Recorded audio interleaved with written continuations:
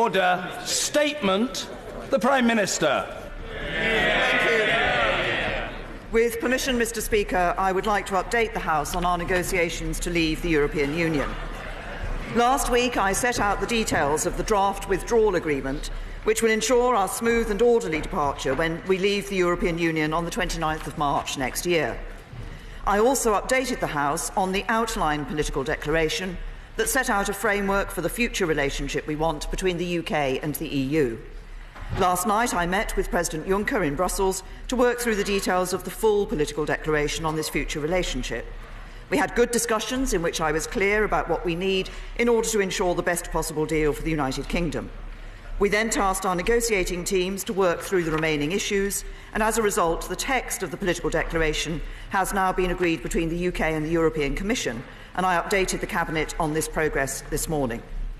Mr. Speaker, the draft text that we have agreed with the Commission is a good deal for our country and for our partners in the EU. It honours the vote of the British people by taking back control of our borders, our laws and our money, while protecting jobs, security and the integrity of our precious United Kingdom. It ends free movement once and for all. Instead, we will introduce a new skills-based immigration system based not on the country people come from, but on what they can contribute to the UK. It ends the jurisdiction of the European Court of Justice in the UK. Yes, it does. We will make our own laws in our own parliaments here in Westminster and in Edinburgh, Cardiff and Belfast, and they will be adjudicated on by UK courts. And it means an end to sending vast sums of money to the EU, so we can take full control of our money to spend on priorities, including our long-term plan for the NHS, to which we've committed to spending over £394 million more per week by 2023-24. And just this morning, I was able to announce a major new investment in primary and community care worth £3.5 billion a year in real terms by 2023-24. Mr. Speaker, the text we have now agreed would create a new free trade area with the European Union, with no tariffs, fees, charges or quantitative restrictions. This will be the first such agreement between the EU and any advanced economy in the world, which will be good for jobs. The EU said that the choice was binary, Norway or Canada.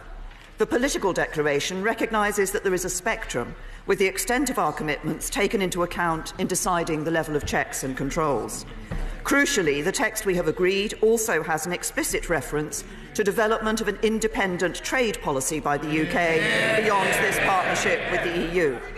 So we would have the ability to sign new trade deals with other countries and capitalise on the opportunities in the fastest growing economies around the world. And we will be able to get on with this, negotiating deals during the implementation period and putting them in place immediately afterwards. The deal would mean we leave the common agricultural policy and the common fisheries policy. Mr. Speaker, let me be absolutely clear about what this would mean for fishing. We would become an independent coastal state, with control over our waters, so our fishermen get a fairer share of the fish in our waters. We have firmly rejected a link between access to our waters and access to markets. The fisheries agreement is not something we will be trading off against any other priorities. We are clear that we will negotiate access and quotas on an annual basis, as, for example, do other independent coastal states like Norway and Iceland. The trade agreement with the EU would also cover services and investment that will go further than any other recent EU agreements. And it would secure new arrangements for our financial services sector, ensuring that market access cannot be withdrawn on a whim and providing stability and certainty for our world-leading industry. We would also have a cutting-edge agreement on digital, helping to facilitate e-commerce and reduce unjustified barriers to trade by electronic means. And there would be strong rules in place to keep trade fair and ensure neither side can unfairly subsidise their industries against the other. The text we have agreed with the European Commission also includes a new security partnership, with a close relationship on defence and tackling crime and terrorism to keep all our people safe. There would be a surrender agreement to bring criminals to justice no matter where in Europe they break the law. And there would be arrangements for sharing of data, including on DNA, passenger name records and fingerprints. The new security partnership would also ensure close cooperation between our police forces and other law enforcement bodies, and we would continue to work together on sanctions against those who violate international rules or commit atrocities. And there would be joint working on meeting cybersecurity threats and supporting international efforts to prevent money laundering and the financing of terrorists. Finally, as I set out for the House last week, the draft withdrawal agreement will ensure that we transition to this new and ambitious future relationship in a smooth and orderly way. It will deliver a 20-month implementation period so that we have time to put our new future relationship in place and that businesses have time to prepare for it. It will protect the rights of EU citizens living in the UK and UK citizens living in the EU so they can carry on living their lives as before. It will ensure a fair settlement on our financial obligations, less than half what some originally expected. And it will meet our commitment to ensure there is no hard border between Northern Ireland and Ireland and no customs border in the Irish Sea. Mr. Speaker, the text we have agreed is explicit about the determination of both sides to avoid the backstop altogether by getting the future relationship in place on the 1st of January 2021.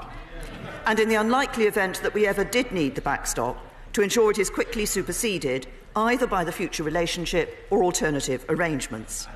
As part of this, there is an explicit commitment to consider facilitative arrangements and technologies which could avoid a hard border on the island of Ireland. And I'm grateful to my right honourable friends, the members for Chingford and Woodford Green and for North Shropshire, for their ideas on this. Preparatory work on alternative arrangements to avoid the backstop would begin before we leave, enabling rapid progress after our withdrawal. Mr. Speaker, I want to be very clear about the stage we've reached in these negotiations and the scale of what is now at stake. We have an agreed text between the UK and the European Commission. The text is today being shared with the leaders of the other 27 member states ahead of the Special EU Council on Sunday. The negotiations are now at a critical moment, and all our efforts must be focused on working with our European partners to bring this process to a final conclusion in the interests of all our people. Last night I spoke to Prime Minister Sanchez of Spain. We have been working constructively with the governments of Spain and Gibraltar in the negotiations on the withdrawal agreement, and we want this work to continue in the future relationship. But I was absolutely clear that Gibraltar's British sovereignty will be protected, and that the future relationship we agree must work for the whole UK family. Today I met Chancellor Kurz of Austria, which currently holds the EU's presidency, and later today and tomorrow I will be speaking to other European leaders ahead of returning to Brussels on Saturday. Mr. Speaker, the British people want Brexit to be settled. They want a good deal that sets us on a course for a brighter future. And they want us to come together as a country and to move on, to focus on the big issues at home, like our NHS. The deal that will enable us to do this is now within our grasp. In these crucial 72 hours ahead, I will do everything possible to deliver it for the British people, and I commend this statement to the House. Thank you, Mr. Speaker. I'd like to thank the Prime Minister for the advanced copy of her statement. These 26 pages are a testament to the failure of the Tories' bungled negotiations. 19 extra pages, but nothing has changed. The only certainty contained within these pages is that the transition period will have to be extended, or we will end up with a backstop and no exit. It represents the worst of all worlds. No say over the rules that will continue to apply, and no certainty for the future. There is no change to the withdrawal agreement, no unilateral pull-out mechanism, no concessions on the backstop, which would create a new regulatory border down the Irish Sea. Mr. Speaker, did the EU not receive the amendments and improvements promised by the Leader of the House? A little over a year ago, we were confidently told by the government that by the end of the Article 50 period, we would have a trade deal. The International Trade Secretary said it would be the easiest in human history. Instead, we have 26 pages of waffle. This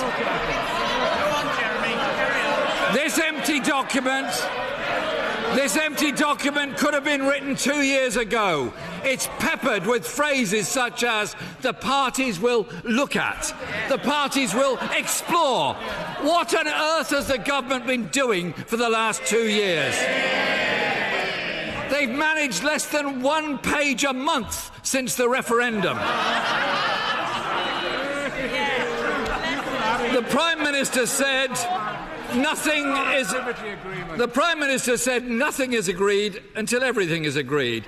It's clear from this document that indeed nothing is agreed. This is the blindfold Brexit we all feared, a leap in the dark. It falls short of our Labour's 6 tests.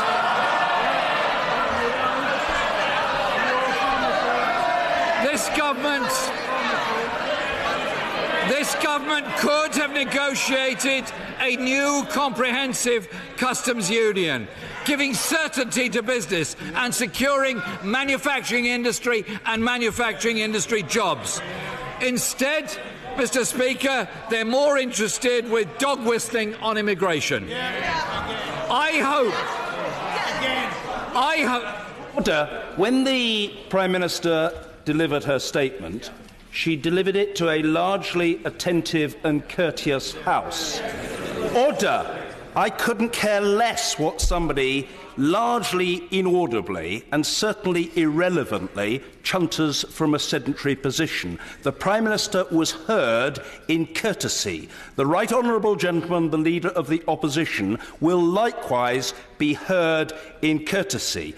If it requires the process to take a bit longer, so be it. If it requires it to take a lot longer, so be it. If it takes several hours, so be it. So give up, be quiet, behave on both sides, and let's hear people speak. Jeremy Corbyn. Thank you, Mr. Speaker. I hope the Prime Minister will abandon the sort of poisonous and divisive rhetoric about EU nationals jumping the queue.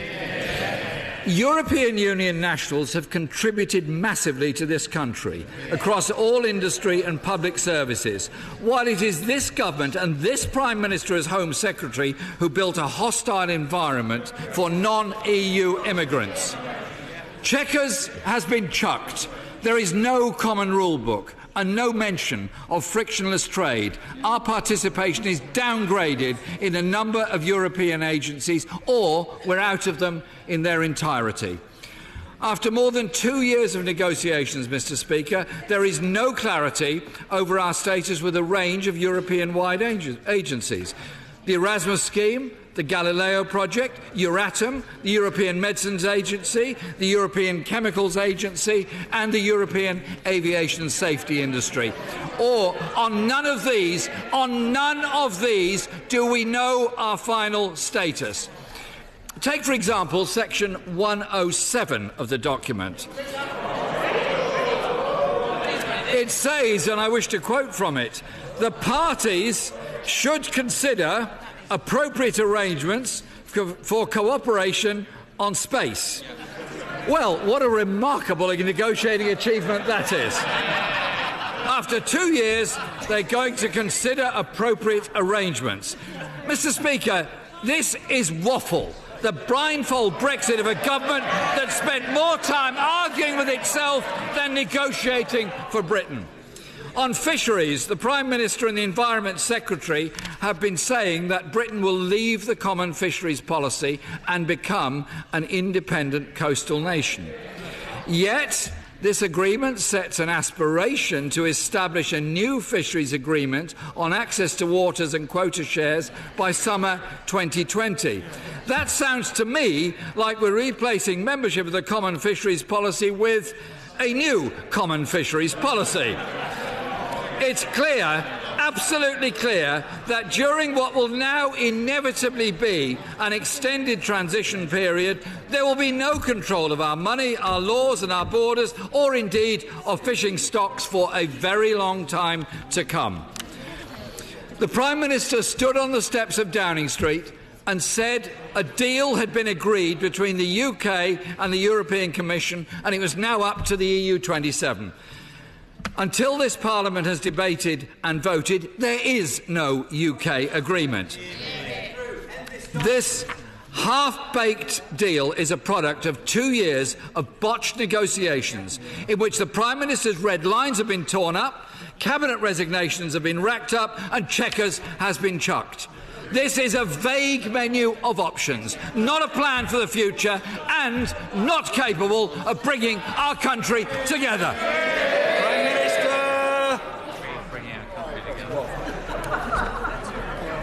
Can I say to the right honourable gentleman, I have to say to him that on virtually everything he said in his response to my statement, he couldn't be more wrong. Indeed, I didn't believe that he'd actually even read the political declaration that we've published today, like the withdrawal agreement. He did quote, I know, one sentence from it, I think in an attempt to suggest that he'd actually read the document, where he said there was, which was an example, he said, of lack of detail. Well, perhaps if he'd read some of the other aspects of this document, he would know there is significant detail in this document. No tariffs, fees, charges or quantitative restrictions across all goods sectors. No other major economy has this. Liberalisation in trade in services, well beyond the parties' WTO commitments, building on recent union FTAs. An equivalence decision on financial services, a comprehensive air transport agreement, reciprocal arrangements for timely, effective and efficient exchange of passenger name records and of DNA, fingerprints and vehicle registration data, enabling the UK to participate on a case-by-case basis in common security and defence policy, missions and operations. There's plenty more. I could go on, but I think the right honourable gentleman is beginning to get the message about this. Now, he also talked about where he thought that somehow we hadn't achieved any changes. Well, let me be clear on some of those changes. I referred to at least one of them in my statement. The EU said that the choice was binary, Norway or Canada. The political declaration concedes that there is a spectrum, the extent of our commitments taken into account in deciding the levels of checks and controls. The EU said we couldn't share security capabilities as a non-member state outside of free movement and outside of the Schengen area. The political declaration grants us direct access to some and enables us and promises to enable many others. Further commitments than they have made to any non-member state. They said we couldn't preserve the invisible customs border between Northern Ireland and Ireland without splitting our customs territory. The withdrawal agreement maintains the integrity of the UK's customs territory. Again, I could go through some further points. And he talks about the common fisheries policy. Now, this is where I began to think that maybe the right honourable gentleman had read the document but not understood the document or what lies behind it. If we are going to ensure that we are able to continue to have access to the waters of other European member states and European Union member states as we do at the moment, we will need to negotiate, as other non-EU member states do, an annual agreement on access to waters between the UK and the European Union.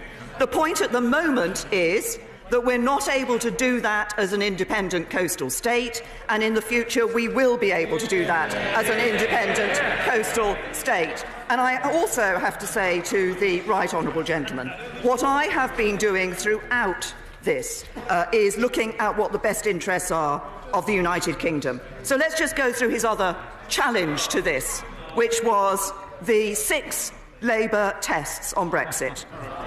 Does it ensure a strong and collaborative future relationship with the EU? No. Yes. Does it ensure the fair management of migration in the interests of the economy and communities? Yes. Does it defend rights and protections and prevent a race to the bottom? Yes. Does it protect national security and our capacity to tackle Yes, it does.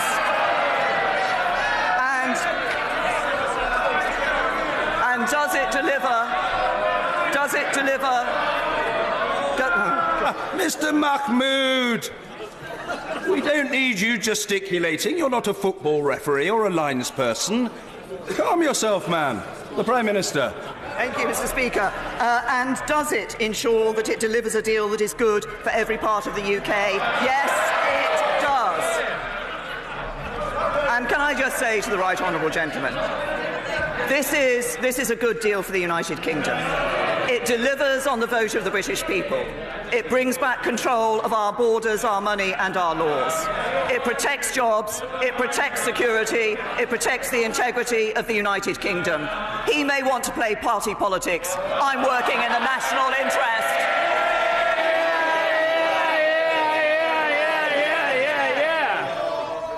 Mr. Ian Duncan Smith. Mr. Speaker, can I say to my right honourable friend that I, of course, appreciate enormously the huge endeavours she has made to deal with what has now emerged as a particularly toxic issue, that of the Northern Irish backstop, now bound into the withdrawal agreement.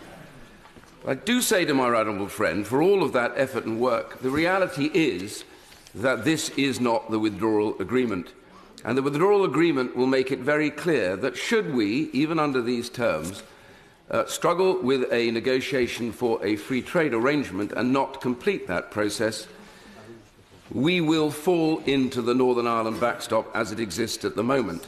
And that will mean simply that we will be bound by those restrictions that force Northern Ireland into a separate arrangement and us into the customs union. And I simply say to my right honourable friend, therefore, I would hope that she would now consider that none of this is at all workable unless we get the withdrawal agreement now amended so that any arrangements we make strip out that backstop and leave us with that positive open border that we talked about.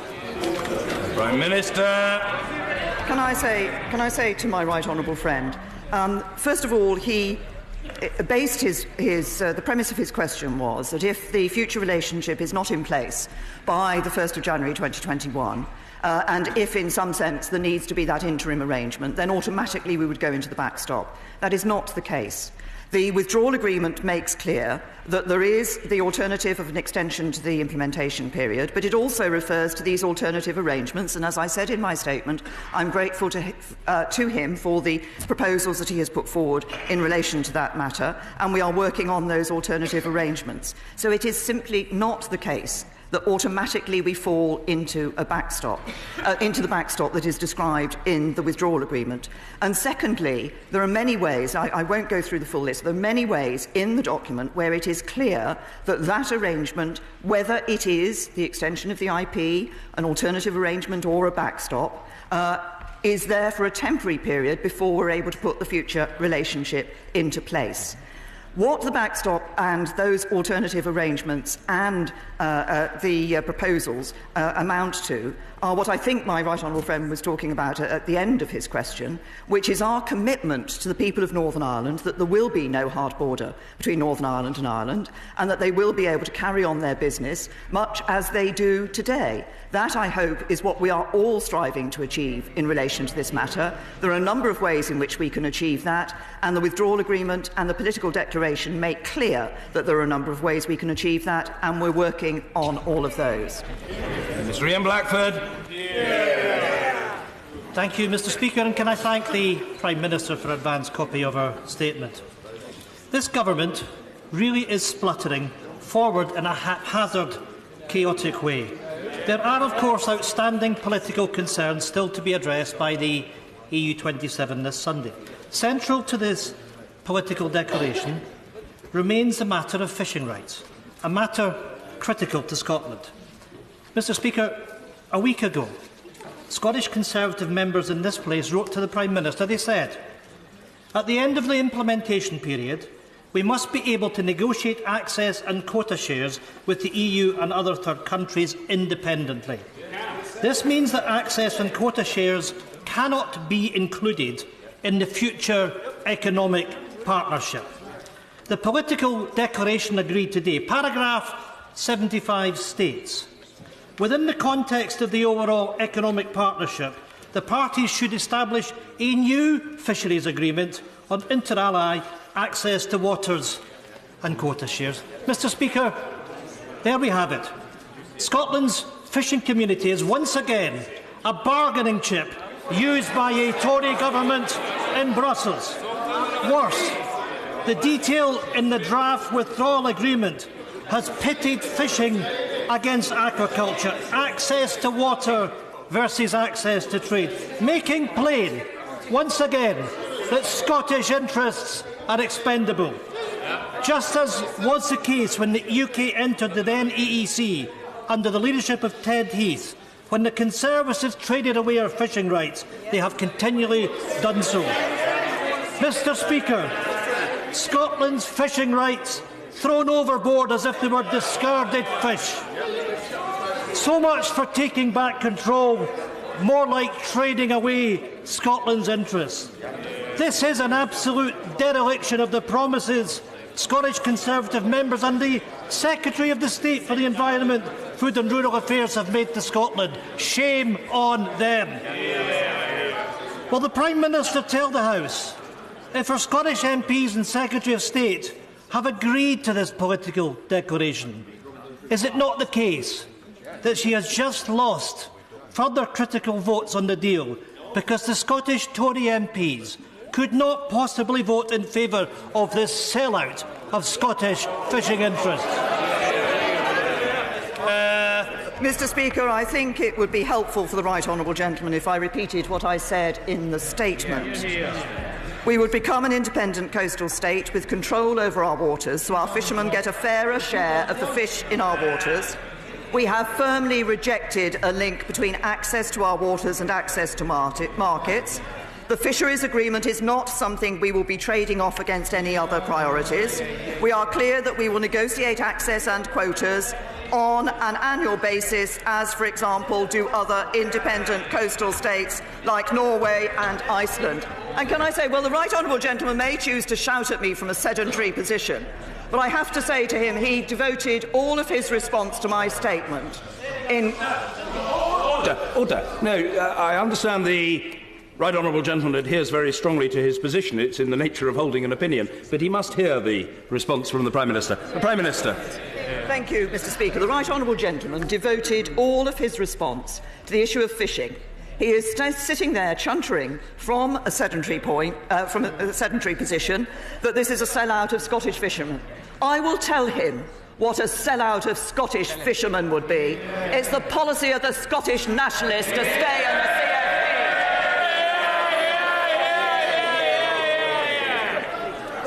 And Sir William Cash. Thank you, Mr Speaker.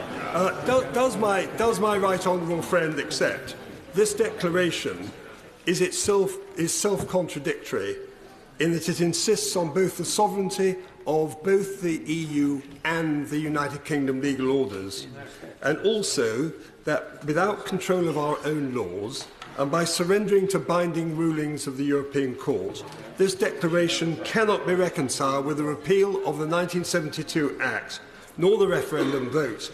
And will she further note that the European Scrutiny Committee has resolved to hold an inquiry into the government's handling and outcome of these negotiations? Prime Minister. Can I say to my honourable friend that this political declaration asserts the sovereignty of both sides of this agreement, of the United Kingdom and the European Union, because that is exactly what will persist. We will be a sovereign nation. We will no longer be under the jurisdiction of the European Court of Justice. There are circumstances where a point that is being looked at, for example, in arbitration, is considered to be a matter of the interpretation of European Union law. There is one body that interprets European Union law, that is that is the European Court of Justice. And what we make clear is, in those circumstances, the arbitration panel may ask the European Court of Justice for an opinion on the interpretation of European Union law. They will then consider their decision as an arbitration panel in the light of that opinion.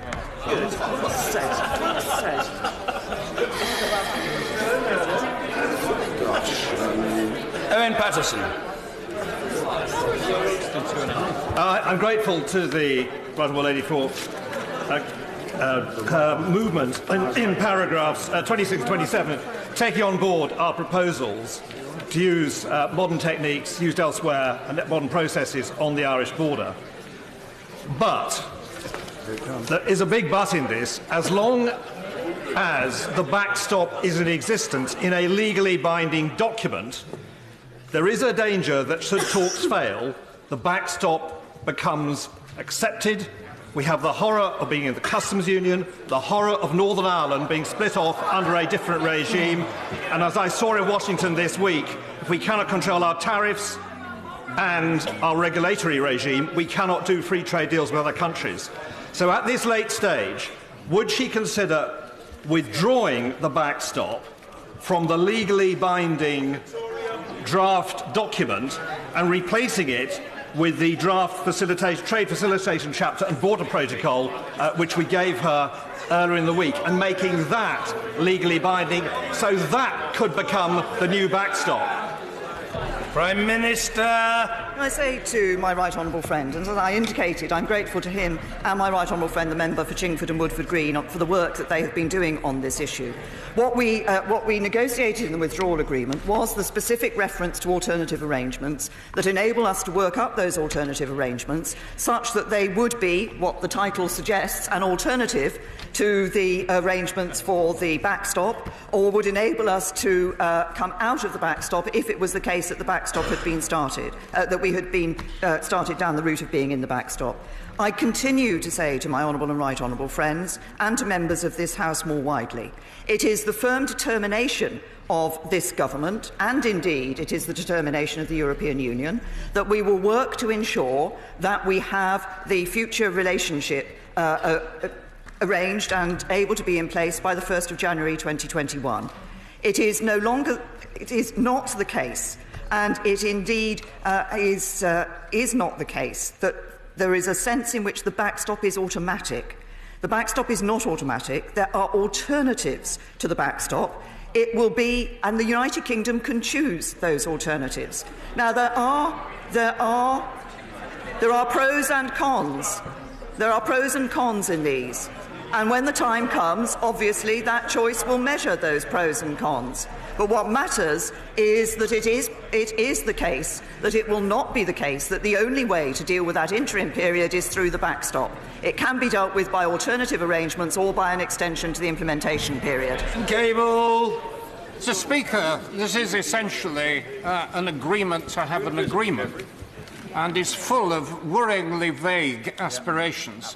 How, for example, can the Prime Minister justify... how can the Prime Minister justify Clause 24, which relates to medicines, chemicals and aviation safety, where we currently have strong, agreed, cooperative standards, and the Prime Minister has managed to negotiate an agreement where we, quote, explore the possibility of cooperation. I mean, that is pathetically weak. And it will cause great anxiety to millions of people who depend on high standards of safety. Prime Minister. The right honourable gentleman, that when we leave the European Union, we will cease to be a member of certain agencies that the European Union has at the moment. What we will be doing is ensuring, and you might have noticed that there is a strong reference to close cooperation in the text in relation to EASA. EASA already permits a third country to have that access to the agency. That is not the case with the EMA and the ECA, and that is why, as indeed we identified in the white paper we published in the summer, it will be necessary to work on what those access arrangements to those agencies should be. So EASA already has a model that can be used. The other two agencies do not. But I say to the right honourable gentleman that I think in relation to these negotiations, we are not able to put legal text together until we have left the European Union and are no longer a member of the European Union. And that, of course, is what we will be able to do when we leave on the 29th of March 2019. Mr. Dominic Raab. The backstop ties the UK to the customs union and single market rules with no voice and an EU veto over our exit, whilst paragraph 23 of the political declaration makes that the starting point for future relations to build on. The top reason people voted to leave the EU was to take back democratic control over our laws. Isn't it the regrettable but inescapable reality that this deal gives even more away? Prime Minister. Can I say to my right honourable friend, and I think this is the first opportunity I had to be able to thank him for the work that he did as Brexit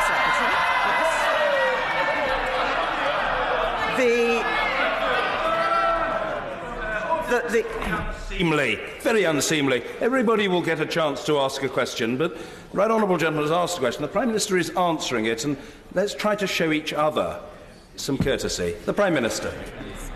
Can I say to my right honourable friend that, as I've explained, I think, in response to other of our right honourable and honourable members of this House, the point about the backstop, the point that the backstop is not the automatic route for dealing with a temporary period in relation to any gap that exists between the end of the implementation period in December 2020 and the future relationship coming into place. The political declaration is about that future relationship. There are important points that have been agreed within the withdrawal agreement that will ensure that we can get a good agreement in relation to borders and in relation to our trade area when we join, when we become that independent state outside of the European Union. And my right honourable friend will be aware, as is reflected in this political declaration, there is a spectrum and there is a balance between willingness to abide by rules and the necessity for checks and at the border. And that, of course, is what it is. Continues to be our ambition and our objective to get that frictionless trade at the border, because we believe that's important. Sir Geoffrey Donaldson. Mr. Speaker, the Chancellor of the Exchequer said last night that he didn't like the backstop. He doesn't think that the backstop is a good arrangement for our economy, and he doesn't think it is a good arrangement for our union. We agree with the Chancellor of the Exchequer. In light of the political declaration in paragraph 27, to which the Prime Minister referred, it is now clear that the EU are beginning to accept that there are alternative arrangements that can be put in place without the need for the backstop. And I would say to the Prime Minister that if she wants to have the support of my party for the withdrawal agreement, then we need to see an end of the backstop and those alternative arrangements put in place. Prime Minister. The gentleman for his comments. Can I say to him, he started off by reflecting the comments that my right honourable friend, the Chancellor of the Exchequer, have made. As I've said in this chamber, and others have said in this chamber, none of us want to see the backstop being used. The best way to ensure the backstop is not used is to get the future relationship into place.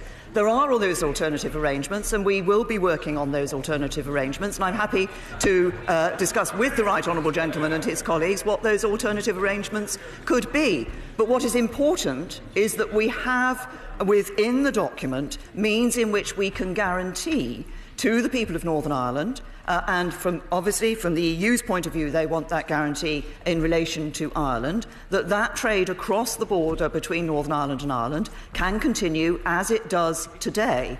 That is the commitment that we've made, no hard border, and that is what we will continue to be committed to providing. Mr. Damien Green. Mr. Speaker, outside this House, there's a much higher appreciation of the tenacity of the Prime Minister in pursuing a successful deal than we sometimes hear inside it. One of the principal worries, as we're hearing, has been that in some way we'll be trapped forever, either in the backstop or in a customs union. What is there in this declaration and in the withdrawal agreement to calm those fears?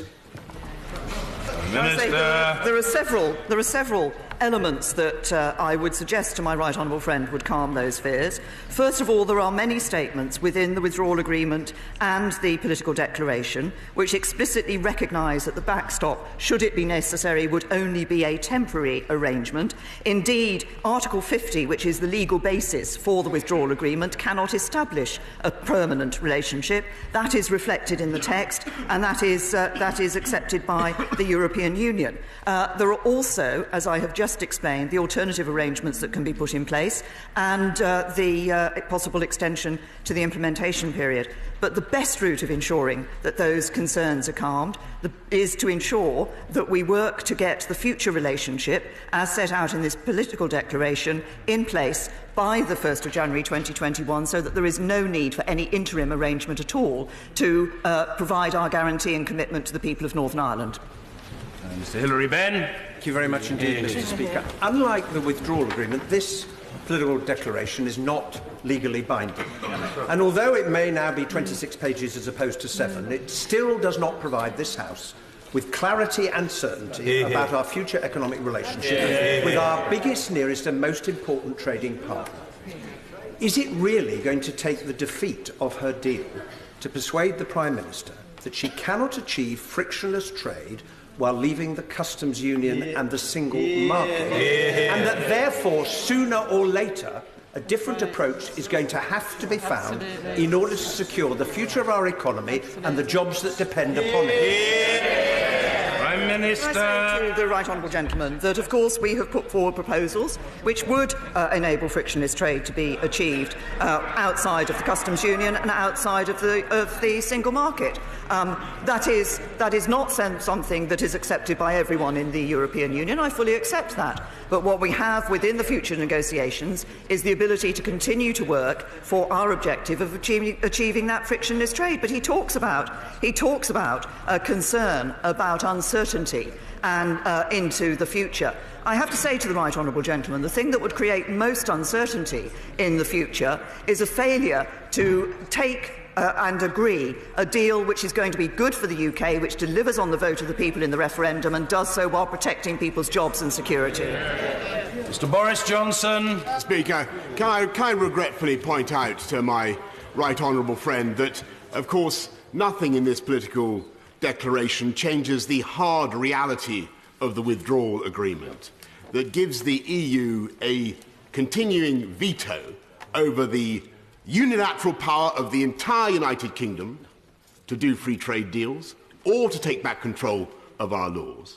And can I therefore respectfully suggest that it would be better, we can accept the generalities and the self-contradictions contained in this political declaration, but we should junk forthwith the backstop upon which the future economic partnership, according to this political declaration, is to be based, and which makes a complete nonsense of Brexit.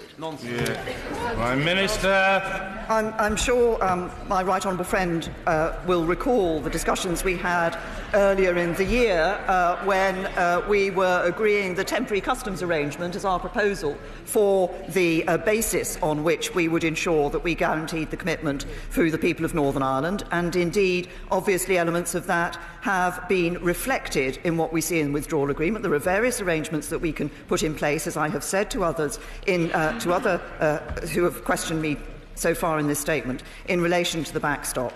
But can I say to my right honourable friend, the future relationship we have set out in the political declaration ends free movement, ends sending vast sums of money to the European Union every year, and ends the jurisdiction of the European Court of Justice here in the United Kingdom. And it enables us to hold an independent trade policy and to negotiate trade deals around the whole of the world. I know that my right honourable friend has expressed his desire in the past to have all of those elements available for the United Kingdom, and that is what this deal delivers. Thank you, Mr. Speaker. As has been said, this is a declaration of aspiration and a charter for years of uncertainty. It is not the comprehensive free trade deal she promised we would have before exit day in her Lancaster House speech. So, having broken that promise, can she now guarantee that that comprehensive free trade deal will be finalised by the end of the transition period, because so far this gives no certainty whatsoever to our businesses.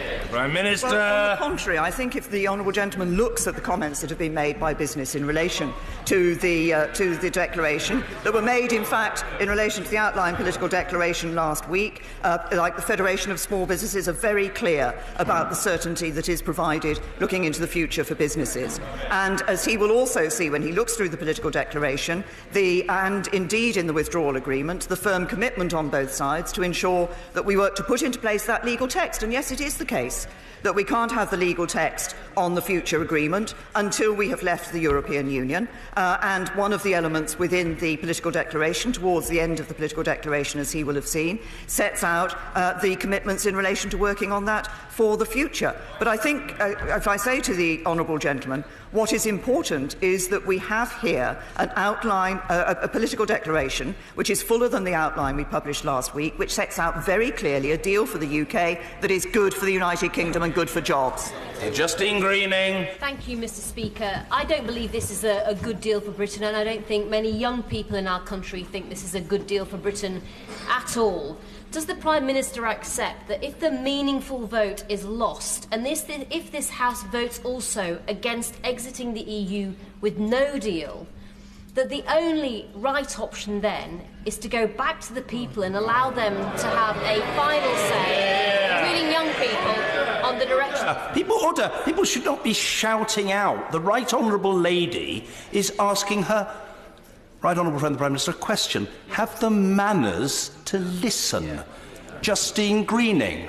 Thank you, Mr. Speaker, and I think young people would like to be listened to in this debate as well. I was asking the Prime Minister whether, if the meaningful vote is lost, and if this House, as I believe it will, votes against no deal as an exit from the EU, does the government intend to come back with an alternative proposal on how to break the deadlock, and why would that not include going back to the British people to ask them their views? The Prime Minister. To my right honourable friend that, of course, we have set out in legislation the procedure that would be followed were the meaningful vote to be lost in this House. But she asks about going back to the people in terms of a second referendum. I will say to my right honourable friend, as I have said now on many occasions here in this House and this Parliament overwhelmingly gave the British people the choice as to whether or not to leave the European Union. The people of Britain voted to leave the European Union. I believe it is important that politicians don't turn round and say, well, what do you think now? Would you like to think again? But we actually say, you voted to leave and we will deliver that Brexit, that leaving of the European Union. And Luciana Berger. Thank you, Mr. Speaker. The Prime Minister told us in her concluding remarks that she wants to move on to focus on the big issues like our National Health Service. But how does she expect to move on when she signed up to a deal which does nothing for our services sector? Our services sector comprises 80% of our economy, things like retail, banks, leisure and tourism. Can the Prime Minister give our country today a guarantee that our UK service sector will enjoy the same access to the single market that it enjoys today? Prime Minister. Can I say to the honourable lady that if she looks at the sections that we have on the services sector, she will see that these arrangements that we have in the political declaration go beyond any that have been offered to any other non-member of the European Union. Patrick McLaughlin. I say to my right honourable friend that the number of people who I speak to are fully in admiration of the determination which the Prime Minister has shown over these very difficult negotiations, doing something which no other Prime Minister has ever been tasked with doing.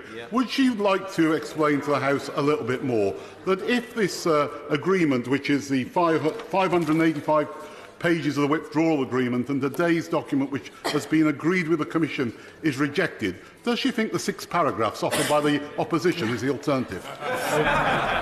Well, can I thank my right honourable friend, first of all, for his opening remarks, and secondly, say no. And I think what we see from the opposition is they've set these 6 tests, but actually in no stage have they set out what their plan for an alternative arrangement with the European Union would be. Liz Savile-Roberts.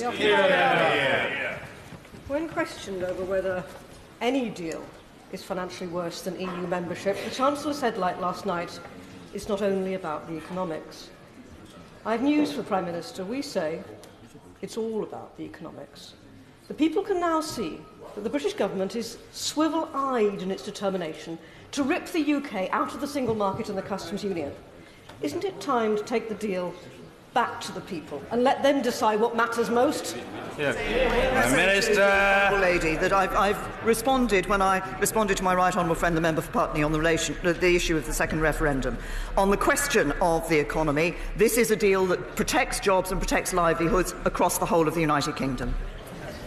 Mr. Dominic Grieve. Thank you, Mr. Speaker. Isn't the lesson of this long negotiation that when you try to unravel yourself from an international rules-based system because you don't like the rules, unless you want chaos, you start creating a completely new set of rules, many of which are in fact as binding and onerous on this country as any which we had before. And in that context, the backstop, I have to say this to my right honourable friend, is a constitutional anomaly of the first order because it makes the EU the guarantor of a bilateral treaty between ourselves and Ireland of which the people have never been consulted. And I would urge her in those circumstances, if she wants to go ahead with this, to put her deal to the people of this country and to offer to them the alternative of remaining, because the one big eye-opener one sees from all this is that however hard she's tried, at the end of the day, we will be in an international rules-based system, because that, in fact, is where our national interest lies. My right honourable and learned friend has heard me respond to the issue of asking the people in a second referendum what their views are. But I will also say to my right honourable friend, what we have negotiated here is an arrangement with the European Union which does continue to have a close partnership between the United Kingdom and the EU. I believe that is the right thing for us to do. I believe coming out of the EU will enable us to develop even closer partnerships with other countries around the world through our trade deals and indeed through other support and work we'll be able to do with them on security and defence. But I think it's also important, given our geographical position, given that the EU is our nearest neighbour in terms of trading, that we continue to have that good relationship with the EU, and that's what this delivers. Angela Eagle. Mr. Speaker, will the Prime Minister now admit that extending the aspirations into a political declaration that's 19 pages longer than the original series of vague aspirations isn't actually a deal? Yeah. And when will she actually get to having a deal so that when we vote to leave on the Withdrawal Act, we know where we're leaving to?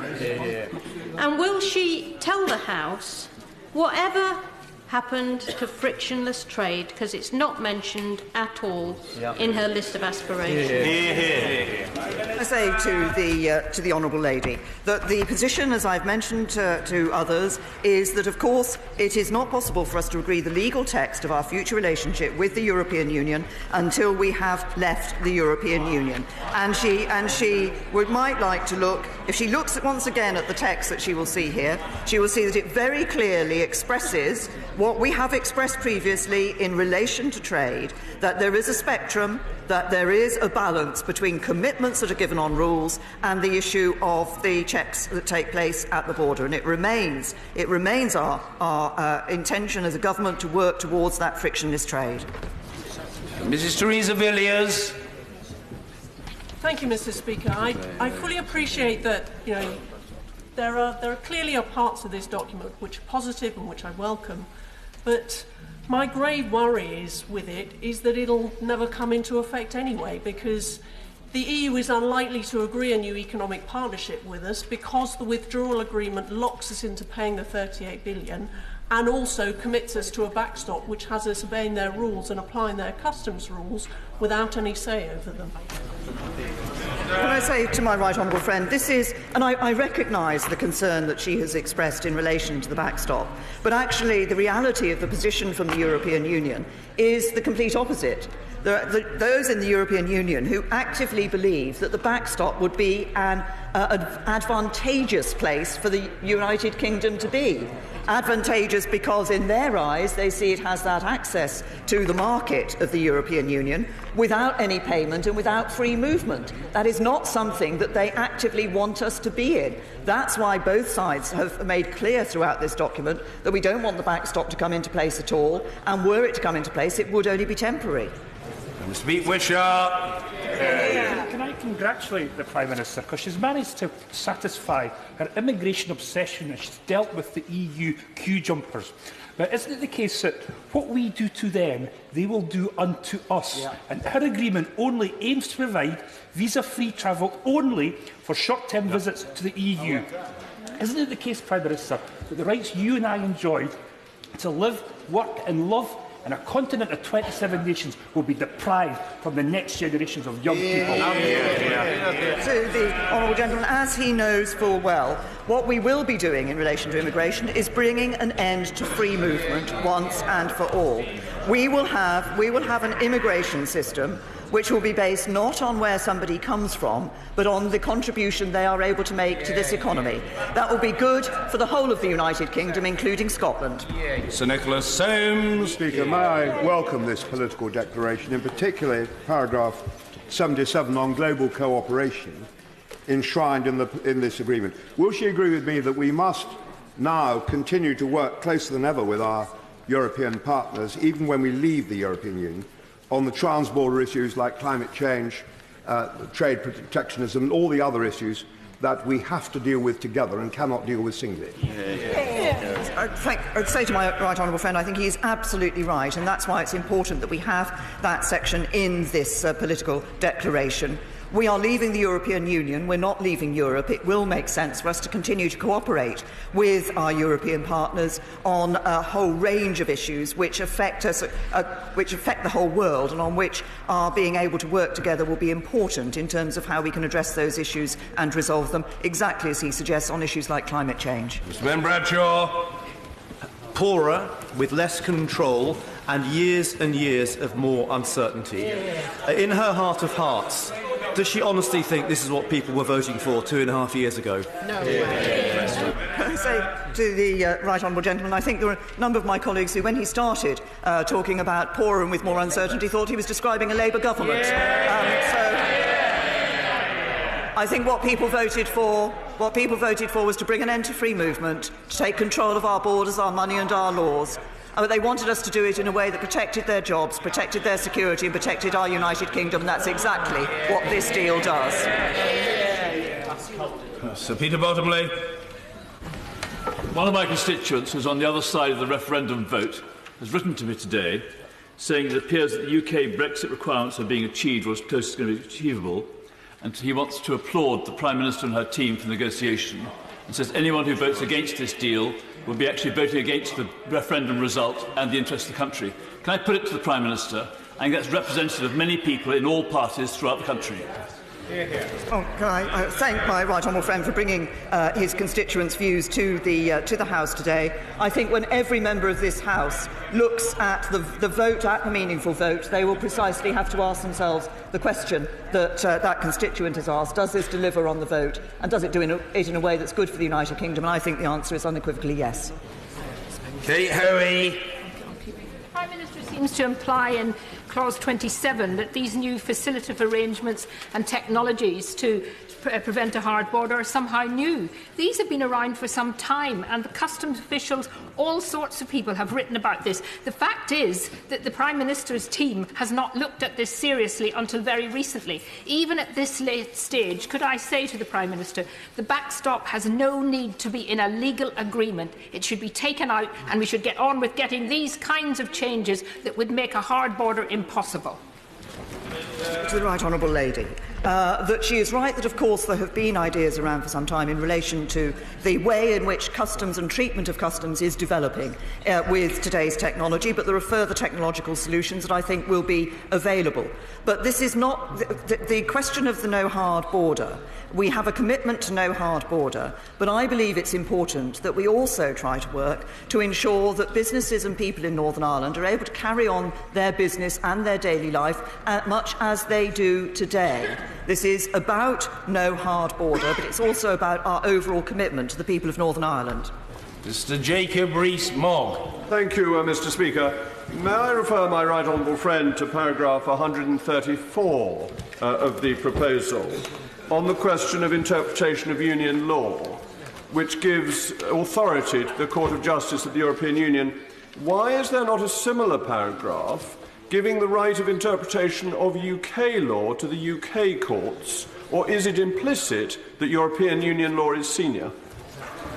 Can I say to my honourable friend, it is not the case that European Union law is senior. It is the case that we have consistently said throughout all of the negotiations and made clear at various points that the court of one party cannot have jurisdiction over the other party. But the only body that interprets European law is the CJEU. As this makes clear, the arbitration panel can decide that they ask the CJEU for an opinion on the interpretation of EU law. UK law is interpreted indeed by United Kingdom courts, and the arbitration panel, when it comes to making its decision, had it referred the ECJ to give an opinion on a matter of European Union law, would take their decision in the light of that opinion. Mr Vice Chairman. The Prime Minister knows that this is a complicated and at a very historic time for all of us. This is the future of our country that we're deciding. But she also knows that most honest MPs will say we haven't had a chance yet really to evaluate this. And she knows that by Sunday, many people, the economists, the pundits, the think tanks, they will have evaluated it. Why is that possible? And it will happen. But why can't the British people have the chance of a proper evaluation when they know whether it's a good deal or not? Can I say to the right honourable gentleman, I think he's heard my answer to that question in response to a number of questions earlier, and I refer him to that answer. David Jones. Honourable friend, please confirm that she intends to ensure that the treaty which is envisaged by this political declaration will include a provision analogous to Article 50 of the Treaty on European Union, which will enable the United Kingdom, should it so wish, to withdraw from that arrangement. My right honourable friend will know that we have already said that in looking at the treaty for the future, we do think it's important to do a couple of things. He talks about being able to bring a treaty to an end, but I think it's also important because we accept that over the years, trade relationships develop, change, administrative arrangements change, to have a regular review mechanism in place, so that as those changes take place, it is possible to make changes to the agreement. Chris Leslie. Wasn't her fundamental mistake triggering Article 50 without getting that commitment to conclude a future trade agreement before exit day? And as a result, she's asking the country to trust her, take a leap in the dark, entirely on the basis of this flimsy, unenforceable set of political words. It's year after year after year of further negotiations, or can the Prime Minister now tell us when the negotiations on that future trade arrangement would conclude? Hear, hear. Say to the right honourable gentleman, because he's also heard me say in response to other questions, the determination and the commitment that both sides have to ensure that those negotiations take place such that the future framework is in place at the end of December 2020. But I have to say to the right honourable gentleman, he complains that we triggered Article 50 at the point at which we did, because I might remind him that the Leader of the Opposition wanted to trigger Article 50. No, the Leader of the Opposition wanted to trigger Article 50 the day after the referendum. Thank you, Mr. Speaker. The Federation of Small Businesses, the CBI, the vast majority of the members of the Institute of Directors, even the Ulster Farmers Union, they're all saying that they support the withdrawal agreement. For those of us who care about the jobs and economic security of our constituents. Shouldn't we be supporting it too? I agree with my honourable friend. I think it is important that what this deal does is it delivers on the vote of the referendum, but it protects jobs and it protects the security and livelihoods of people up and down the country. Stephen Doughty. Thank you, Mr. Speaker. Can we be clear, Mr. Speaker, what a deal is and what it is not? A deal is what we have at the moment. I happen to think it's a very good deal. This is simply a piece of paper full of meaningless waffle. It's not legally binding. It doesn't have anything about frictionless trade in it. It has lots about the ECJ in it, even though the Prime Minister claims it doesn't. And it cuts off the opportunities for our young people and their future. The benches are emptying out behind the Prime Minister. When will she realise that the only way out of this crisis is going to be to put this back to the British people in a people's vote? The honourable gentleman says that what we have at the moment is a deal. What we have at the moment is membership of the European Union, and the British people voted for us to cease that membership and leave the European Union. Luke Graham. Speaker. Mr. Speaker, I'd like to welcome paragraph 53 that talks about the entry and stay purposes for research, study, training and youth exchanges, which is incredibly important for professionals and young people in my constituency. Will my right honourable friend also confirm another issue that's very close to my constituency, that on us leaving the CAP, and that we will have as close and frictionless trade in agriculture goods as possible? I'm happy to confirm that to my honourable friend. I think the exchanges he's referred to are indeed important, particularly for young people and young professionals. We will be leaving the Common Agricultural Policy. Obviously, we'll be putting in place our alternative proposals for the support for the agricultural sector, and we will be looking to ensure that for agricultural products as well as goods, we have that ability to move products across the border as easily as possible. Tom Bray. The Prime Minister won't apologise to EU citizens for accusing them of queue jumping. I do so on her behalf. To make amends, will she confirm that there are no circumstances in which she will inflict no deal on the country, and will she offer everyone a people's vote to get us out of this Brexit quagmire that she has created? I refer the right honourable gentleman to the answer I've given earlier. Steve Baker. Paragraph 23 makes provision for us to be in the single customs territory provided for in the withdrawal agreement. Paragraph 135 makes provision that we could be fined for not following EU law. Which normal independent country has an ambition to enter into this kind of relationship with the European Union? Mexico, Canada, Japan? What other country would want to submit to these kinds of arrangements? Can I say to my honourable friend, he will also see in paragraph 23 that we say that this is an economic partnership that will ensure no tariffs, fees, charges or quantitative restrictions across all sectors, with ambitious customs arrangements. That is exactly something that, as I said in my statement, no other country has been offered by the European Union. This is a deal that delivers on the vote, but also protects jobs and security around the UK. Mary Cray. For £39 billion divorce fee, the British people are being offered the prospect of years, if not decades, of wrangling over sectors like transport, chemicals and the nuclear industry. The ECJ will be the final arbiter in any decision, with the ability to implement fines on us, and she is going to this summit pretending she can get this deal through Parliament when she knows she can't. Isn't it time to stop the madness, put this back to the people in a vote so they Can I say to the honourable lady that I've answered the question she put at the end I have answered previously, and I refer her to the answer I have given to other honourable and right honourable members of this House. But there is much else I could say about the other details in her question, but I will simply make this point. This deal does not make the European Court of Justice the final arbiter on any dispute in this area. Greg Hands. Mentioned that in the document there is the explicit and welcome reference to the UK pursuing an independent trade policy, including the ability to sign new trade deals with the rest of the world. Does that include specifically the ability to conclude free trade agreements? Yes, we will have the opportunity to conclude free trade agreements with countries around the rest of the world. This is one of the aspects that I hope my right honourable friend sees has been inserted in this full political declaration to make absolutely clear the fact that we will have an independent trade policy.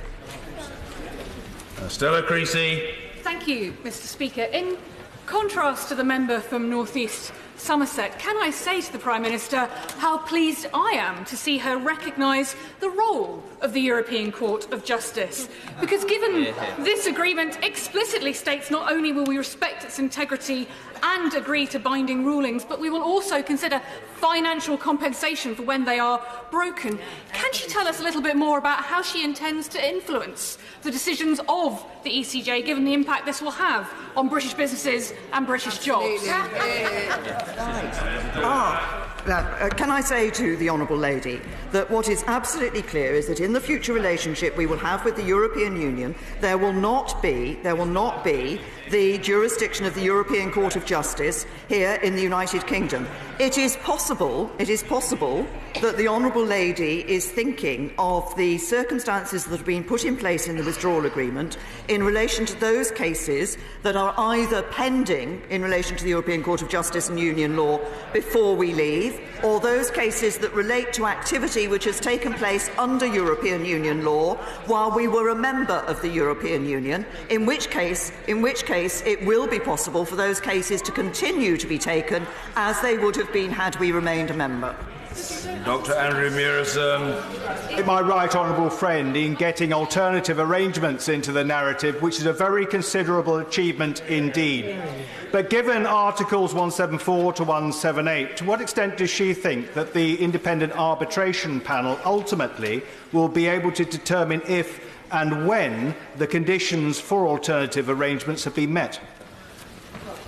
My honourable friend has clearly made a careful study of the withdrawal agreement, and he will know from that withdrawal agreement that it will be the process that will take place is that if we are in the backstop and want to indicate and believe that we have alternative arrangements, be it the future relationship or another arrangement that means that the backstop is no longer necessary, then that would be a matter initially to be discussed between the United Kingdom and the European Union through the Joint Committee. It would be possible if there were no agreement and if there were concern about the good faith in relation to this, for that matter to be arbitrable before the arbitration panel. And of course, it is not for me to set out the sort of decision that the arbitration panel will take. It would be for them at that point in time to determine whether either side had been failing to act in the way in which it was intended.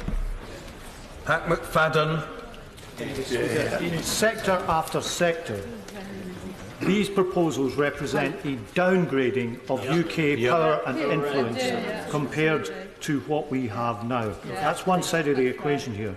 But I want to ask the Prime Minister about the other side of the equation. Can she look the House in the eye and say that these proposals will make the country economically better off than continuing with our current arrangements?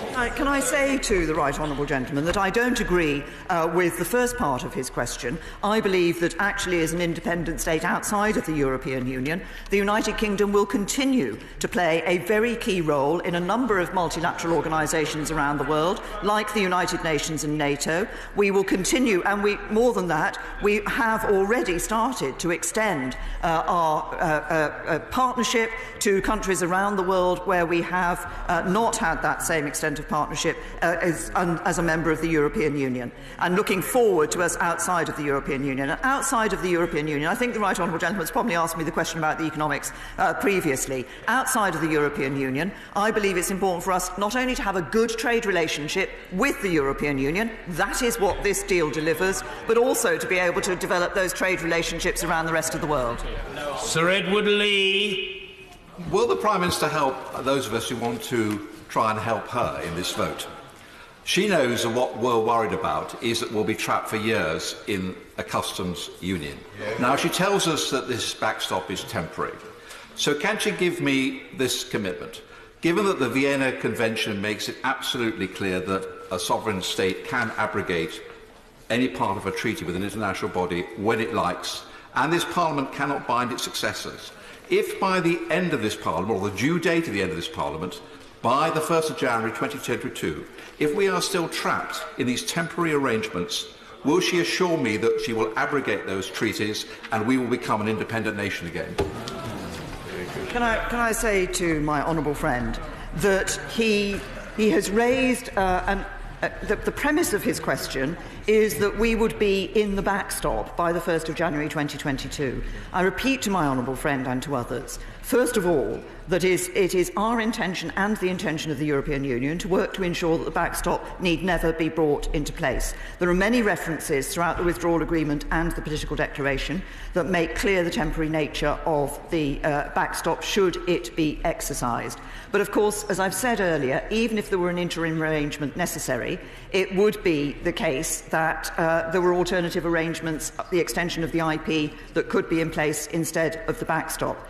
He asked me about the due date for the end of this Parliament, the general election in 2022. What I am very clear about is that it is my firm intention that we will be firmly in our future relationship with the European Union by the time of the next general election, such that we are able to look the British people in the eye and say, you gave us an instruction to leave the European Union and we have delivered.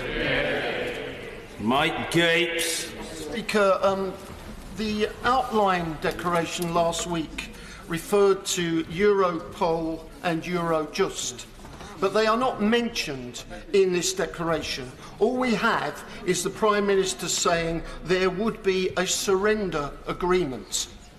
Now, frankly, given the loss of British influence that there will be, even though we continue to participate in security arrangements of different kinds, but we aren't actually making any decisions, this is an apt description, isn't it, of the whole document, a surrender of influence agreement for our country. No, it is not. And the honourable gentleman mentioned specifically two of the institutions, two of the agencies in relation to the security matters.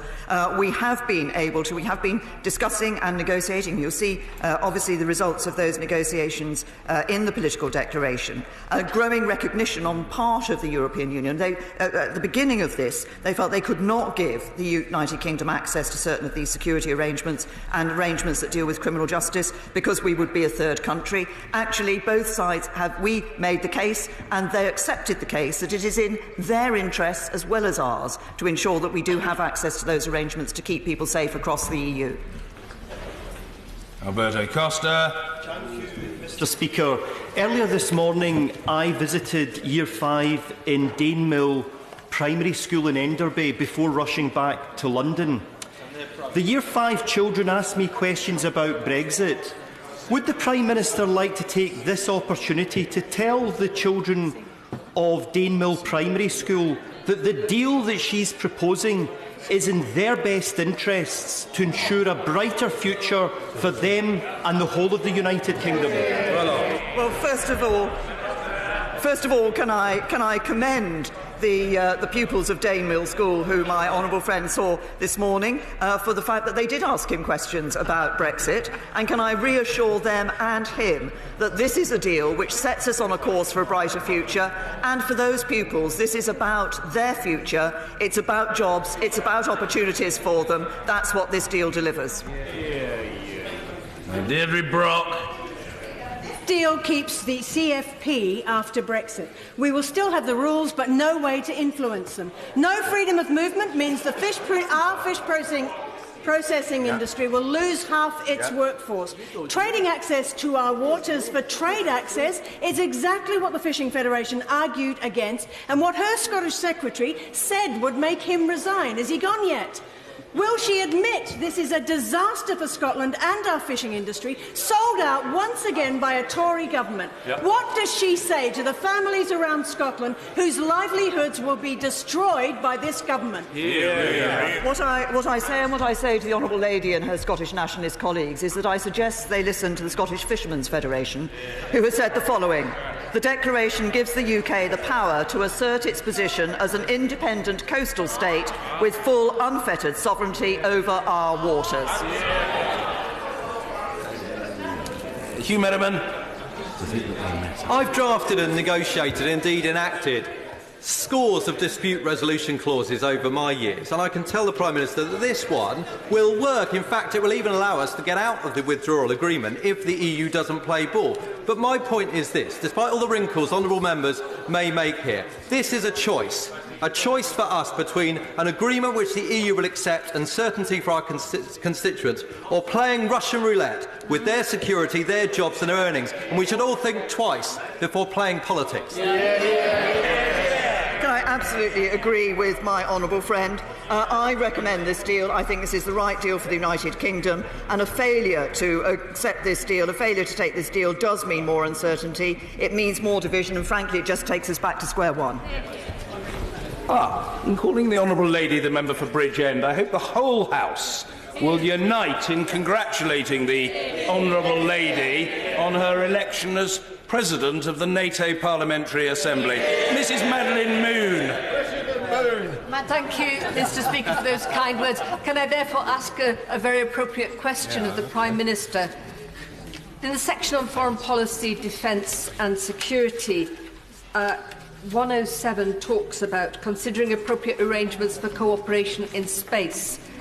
Many space assets are vital for the defence and security of this country. How will all parties to this agreement ensure that whatever arrangements are made do not weaken the NATO alliance and ensure that capability, any capability, is available for the future security and defence of the whole of the alliance membership? Well, can I say to the Honourable Lady, first of all, I add my congratulations for her election as President, as the Speaker has referred to. I think what is important is she refers to what will be possible within NATO and the capabilities available to NATO. We remain absolutely committed, as we always have been, to NATO as the secure element of our defence. We have had to take some decisions, a key decision about some future capabilities, as she will be aware, in relation to Galileo, where what was being offered from the European Union would not have given us sufficient ability to be part and participate in that particular system, and that's why we've decided to take our own decision and to go it alone on that particular area. Sir Desmond Swain. But it is a wish list, isn't it? Can I say to my right honourable friend, no, this is a commitment on both sides to the future relationship that we will now be negotiating into legal text. And as he will, I'm sure, recognise, there is a linkage between the withdrawal agreement and this political declaration that makes clear the importance of both sides putting their best endeavours into ensuring that this future relationship is negotiated in legal text and available by the end of December 2020. That's a yes. Angela Smith. Speaker, the political declaration contains some interesting extra additions from last week's draft, including paragraph 54, which says that the parties also agreed to consider addressing social security coordination in the light of future movement of persons. That sounds as though EU nationals working in the UK under the terms of an agreement would be able to continue claiming benefits from our benefit system. Can the Prime Minister clarify? This is in relation to some very specific issues which I'm happy to write to the Honourable Lady about. Mark Francois. Thank you, Mr Speaker. As I serve on the Select Committee with her, can I join in the whole House in congratulating President Moon on her appointment? Mr Speaker, unlike the Leader of the Opposition, I have read both of these documents. I was the party's spokesman on the Lisbon Treaty in 2008, a bagatelle of a mere 300 pages, so I believe that perhaps I have understood it. This, and I'd like the Prime Minister to confirm it, is not in any way legally binding. This is a draft treaty which, as the Select Committee Chairman knows, would bind us under international law. The problem I have is that the Prime Minister has repeatedly at the dispatch box made commitments that we would leave the customs union. It's in our election manifesto. And yet in this draft treaty we would remain in the backstop and we could only leave if the EU allowed us. It is the so-called Hotel California dilemma. And moreover,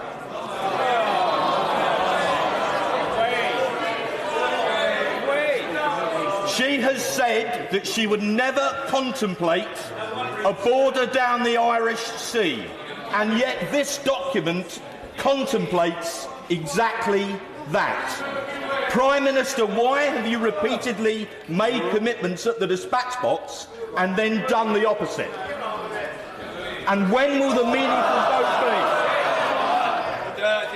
The gentleman is concluding his question. Ask the Prime Minister when the meaningful vote will be. Will it be before or after Christmas? On the last point that my honourable friend made, discussions are taking place in the normal manner in relation to these matters. We want to ensure there's a balance we need to address between ensuring that there are sufficient days' debate for this House in coming up to the meaningful vote, but recognising also the timetable that we need to exercise, that we need to be aware of in relation to getting the withdrawal agreement bill through on the basis of a positive vote in the meaningful vote. Can I also say to my honourable friend, and I'm sure he won't be surprised, that I do not accept some of the points that he has made in relation to his interpretation of the nature of the document that we have before us. We will be leaving the customs union. That is something that he's absolutely right. I've said here at the dispatch box, I've said elsewhere, and I'm happy to repeat here at the dispatch box. That's the point of the future framework that we are setting up, that it does set up, and we have to put this into legal text, and he's right about the difference between these two documents, although we have that linkage clause in Article 184 in the withdrawal agreement in relation to the best endeavours to put this into place. But the backstop is, as I've responded earlier in relation to the backstop, but it is the future framework, the future relationship that we have that we want to see in place by the 1st of January 2021 that ensures we do not remain in the customs union, we do not remain in the single market, and that we are able to do the things and take the judgments and have control in those areas that people voted for when they voted in the referendum. Mrs Helen Goodman. Thank you, Mr. Speaker. Further to the Prime Minister's last answer on the meaningful vote, can she make it clear that she and her new Brexit Secretary accept the recommendations of the Procedure Committee to have the votes and debates on amendments before the debate and vote on the main motion? I say to the honourable lady, she'll recognise that there are certain matters that are for the House. But I will repeat the point that I have made in this chamber before on a number of occasions.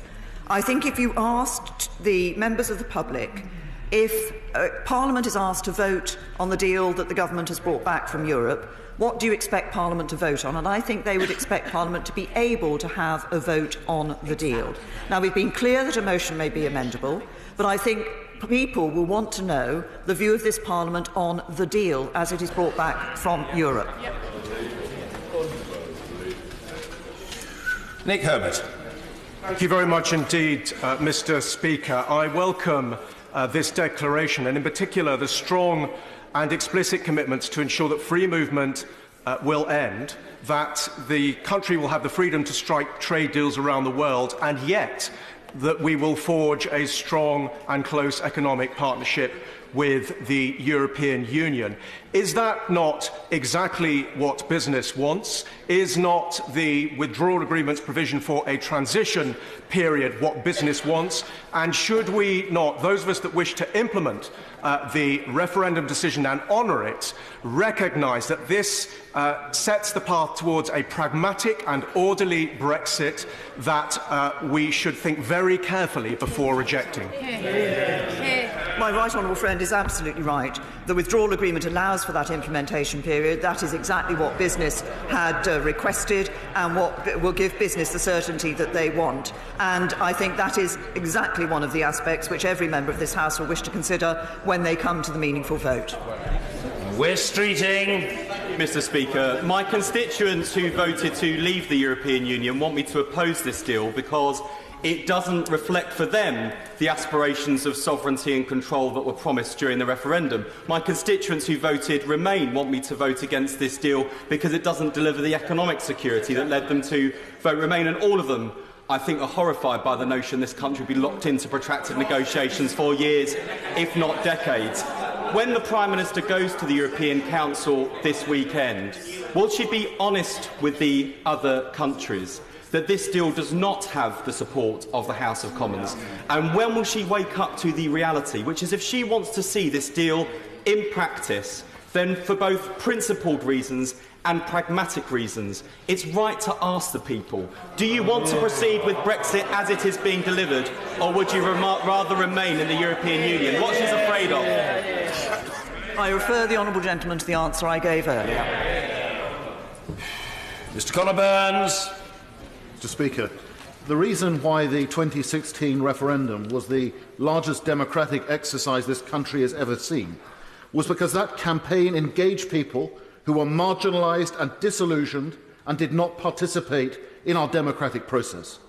And many of those people, in the months and years since that vote, have written to me, and I imagine to many other colleagues, expressing their concern that somehow what they voted for would not be delivered upon.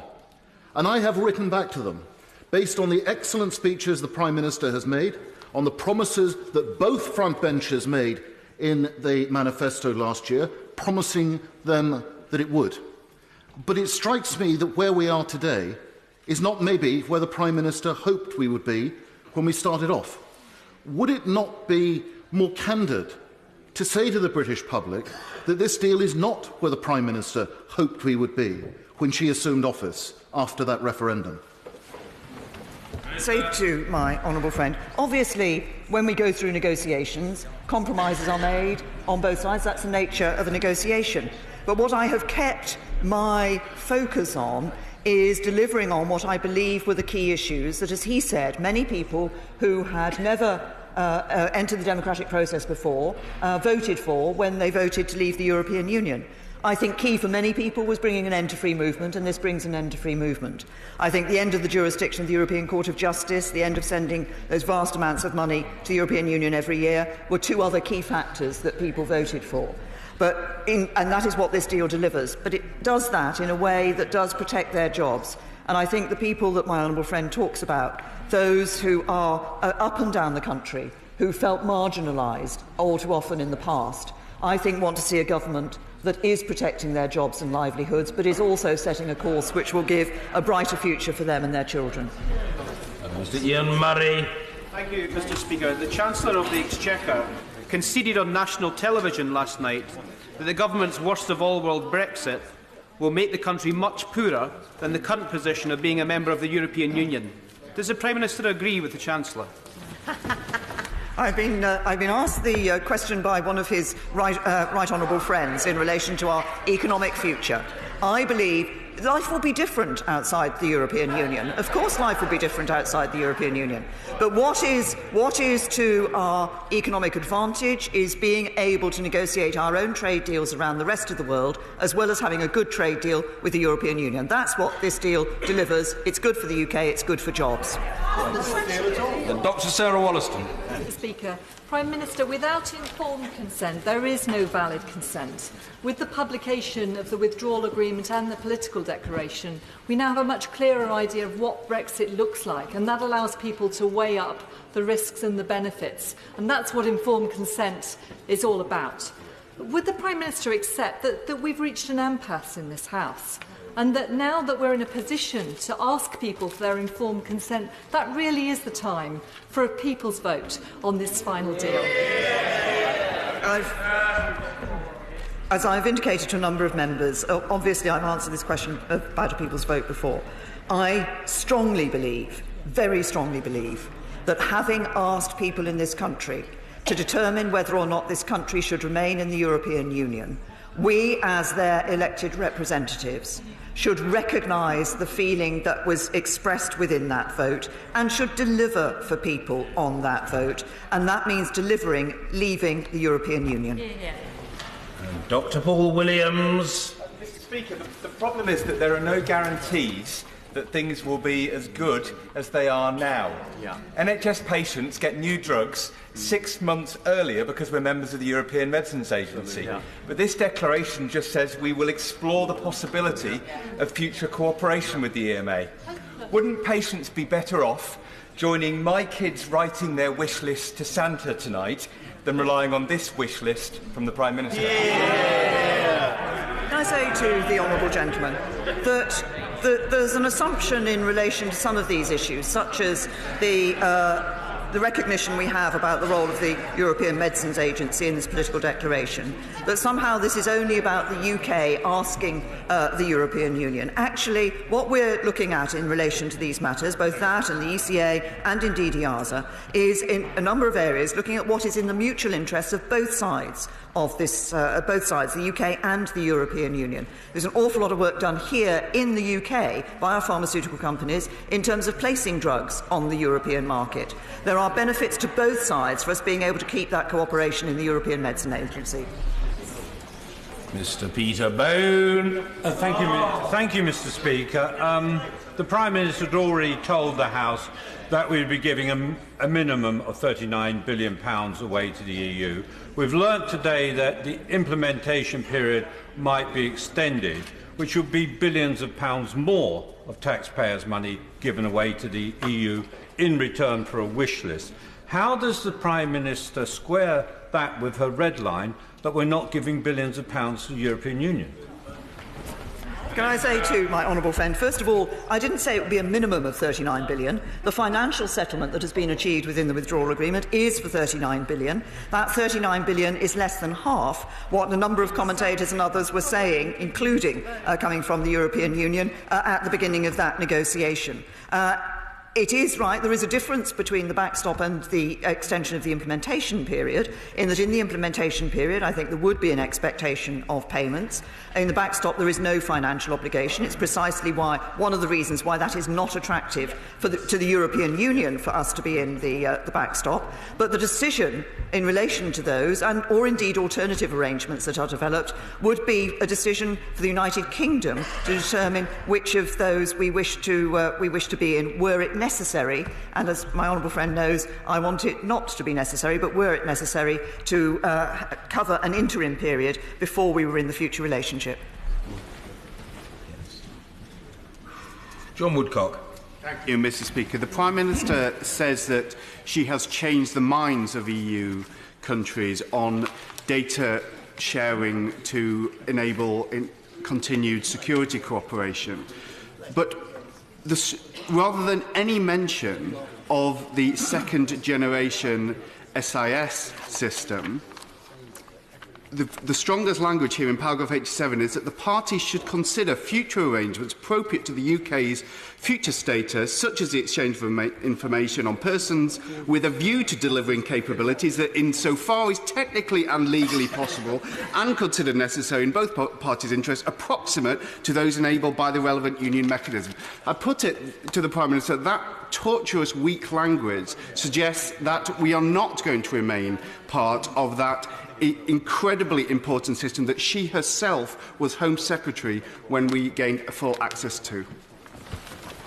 To the honourable gentleman, that we have indeed moved the European Union on. As I said earlier, they started from the position that we couldn't share security capabilities because we were a non-member, and that position has changed. He references SIS2. SIS2 and ECRIS are two areas which I know a number of honourable members have raised and concerns about. Of course, what do SIS2 and ECRIS provide? They provide for the exchange of information on wanted or missing persons and objects, and of criminal records, which is exactly what is referenced here in the text in paragraph 87. So it doesn't name SIS2 and ECRIS, but it does refer to the information which is exchanged within those two bodies. It might help the honourable gentleman if I point out to him that actually SIS2 was technically a Schengen-based system, and in fact, as a member of the European Union outside Schengen, it took a lot of negotiation for us actually to get into SIS2, even within the European Union.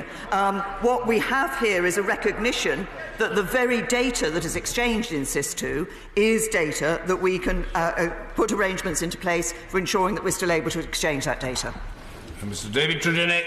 Mr. Speaker, may I congratulate my friend on the substantial progress she has made since last week, not least Clause 23 inclusion, that economic partnerships should ensure no tariffs across all sectors, which will be vital to my Midlands constituency with its manufacturing industry.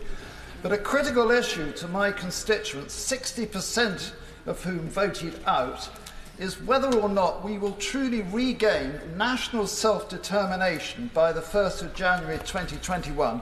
Can she reassure me on that point, please? Good question. My honourable friend is right. That is what I'm sure many people voted for, and that is what this future relationship will deliver. And as I've indicated, obviously we have to negotiate the legal text of that future relationship, but there is every commitment and determination to ensure that that is in place by the 1st of January 2021, and this deal would deliver that sovereignty that he looks for. Sir Edward Davey. Okay, let's confirm that the political declaration is not legally binding and is merely the basis for at least one more year of protracted negotiations with our European partners.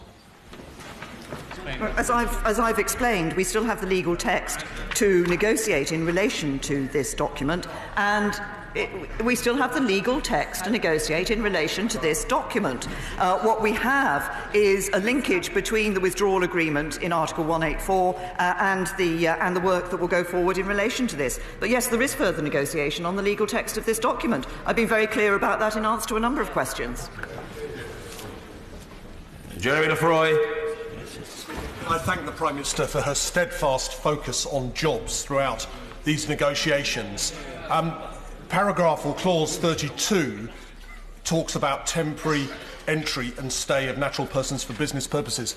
Businesses and people in my constituency have said this is incredibly important in relation to both manufacturing and services. Can we ensure that this clause is as strong as possible in the agreement, because it does underpin hundreds of thousands of jobs in this country? Can I say to my honourable friend, we recognise the importance of these temporary arrangements for businesses around the country. We will, of course, and we will have that in mind when we continue the legal negotiation on the legal text of these matters. But I recognise that temporary stay is important for many businesses, including those in his constituency. Christian Matheson. Thank you, Mr. Speaker. The hallmark of this process has been slogans and empty platitudes, and I'm afraid that this document just continues that run of poor form. But can I draw the Prime Minister's attention specifically to paragraph 24, where she talks about the parties exploring the possibility of cooperation of the UK and the EU with such agencies as the European Medicines Agency. Can I not remind the Prime Minister that in July this House voted to remain a part of the European Medicines Agency? She'll remember it was the amendment moved by her neighbour, the Honourable Member for Bracknell.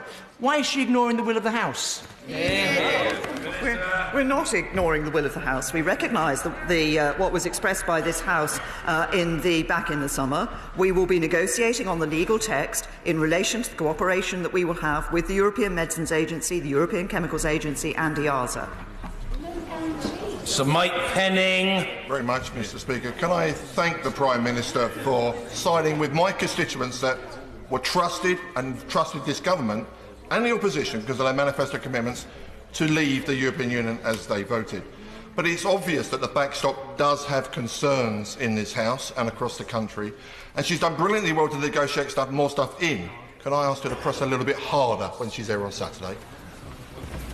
Can I thank my right honourable friend for reminding the House that actually I think it's something like 80% of members of this House actually stood on a manifesto commitment to leave the European Union, to deliver on the vote of the referendum. I hope all members will recall that when they come to look at the meaningful vote. He's right, and I recognise the concerns that have been expressed in relation to the backstop. That's why we have been looking at these alternative arrangements that could be put in place, and we'll continue to work on those. Some way to go. Mr. Graham Stringer. Mr. Speaker, I think we should celebrate the largest democratic vote in our history and be determined to implement leaving the European Union. However, I have to say that after 2.5 years, I am disappointed that the Prime Minister comes back not with a deal, but for the preconditions for a negotiation, and expects the House to vote on it. The fact is that the European Commission, the European Parliament, the other 27 countries are more satisfied with what the Prime Minister has proposed to them than this House is. Yep.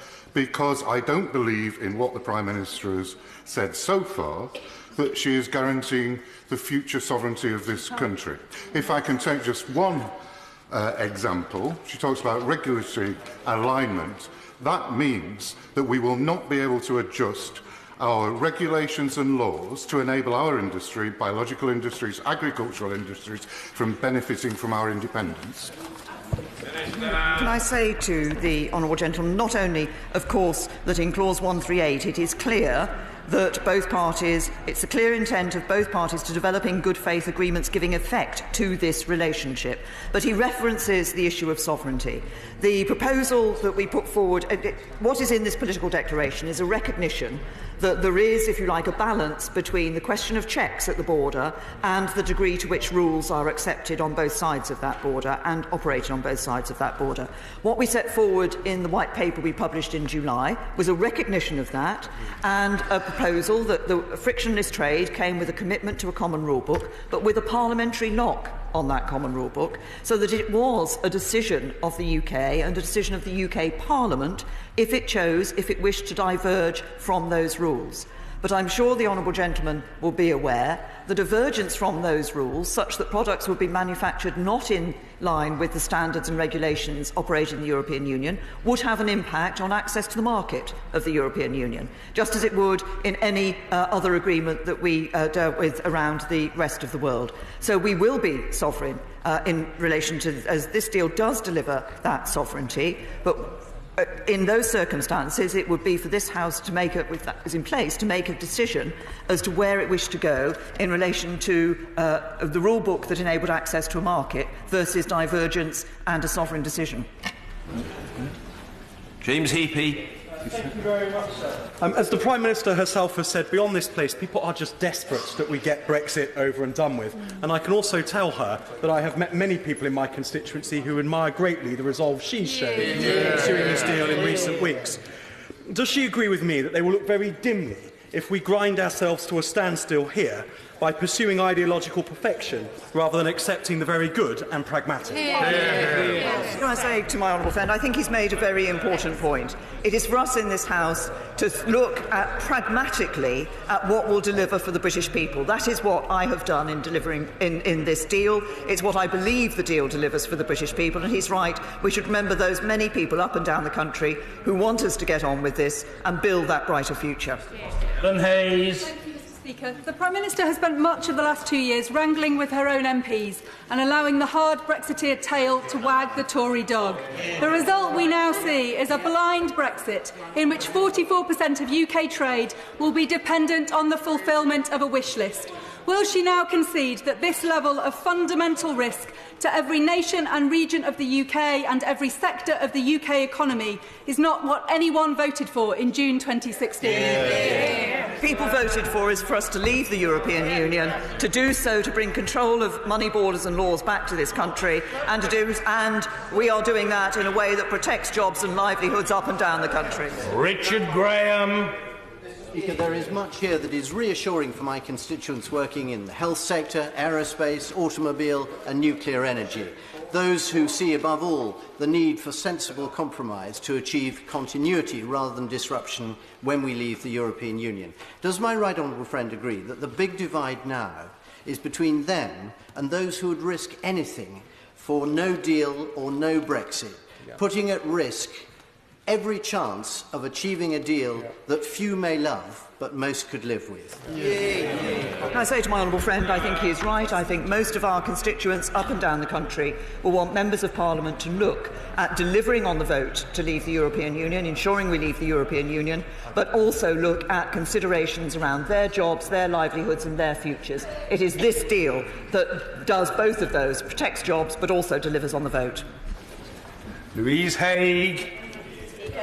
The police have agreed that the most important instruments for our security are the second-generation Schengen Information System, the European Arrest Warrant, ECRIS, Europol, Eurojust and European Investigation Orders. Isn't it the case that without full membership of these organisations or access to these databases, that we are blinding law enforcement in their fight against organised crime and terrorism? Well, can I say, the honourable lady gave a list there of what she thought were important security arrangements. Of course, she left out room and the passenger name records, which of course are incredibly important in dealing with organised criminals and in solving crimes and in dealing with terrorists. We're clear that we are working on the arrangements that will enable us to exchange the very information that is the type of information that is exchanged in SIS2 and ECRIS.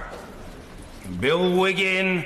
Speaker, I put aside my fear of the backstab agreement and come straight to the point. My right honourable friend is right. We don't want another referendum. We want to see the benefits of the one that we had. And to that end, I thoroughly welcome what she was saying about negotiating deals during the implementation period. Can she assure us all that those deals will come to fruition even if the implementation period is extended?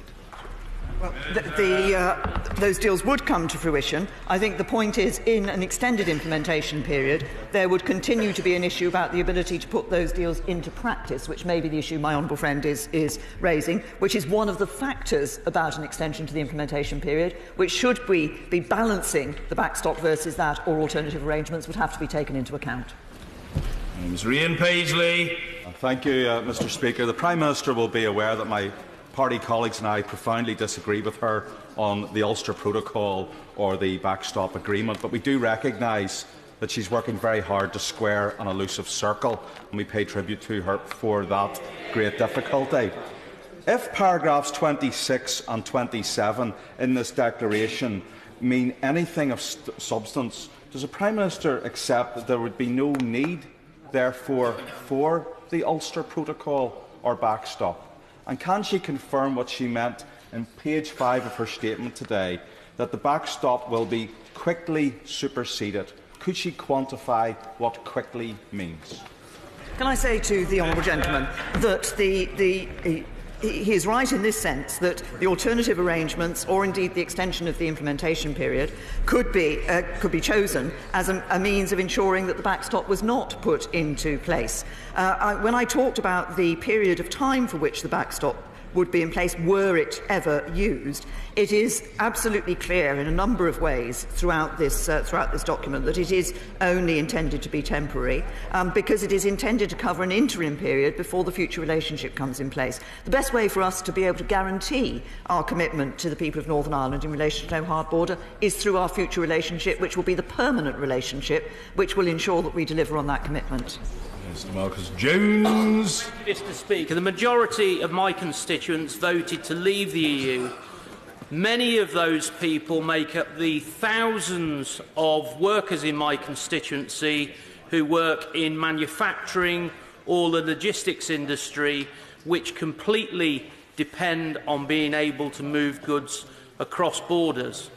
My constituents voted to get control of our money, our laws and our borders, but I'm sure in doing that they were also expecting that manufacturing industry and logistics would be able to continue to operate properly so that their jobs, and we can create more jobs in the future to go with them. Would my honourable friend confirm, confirm that that is exactly what she's trying to achieve in regard to the work she's doing on behalf of the British people? Good question. To my honourable friend, I think he is absolutely right. Many people, his constituents and others, voted leave in order to bring back control of our money laws and borders. But of course, they will also have wanted to ensure that those jobs were there for them and their children in the future. And our support for manufacturing industry is an important part of that. And that's exactly what this deal delivers.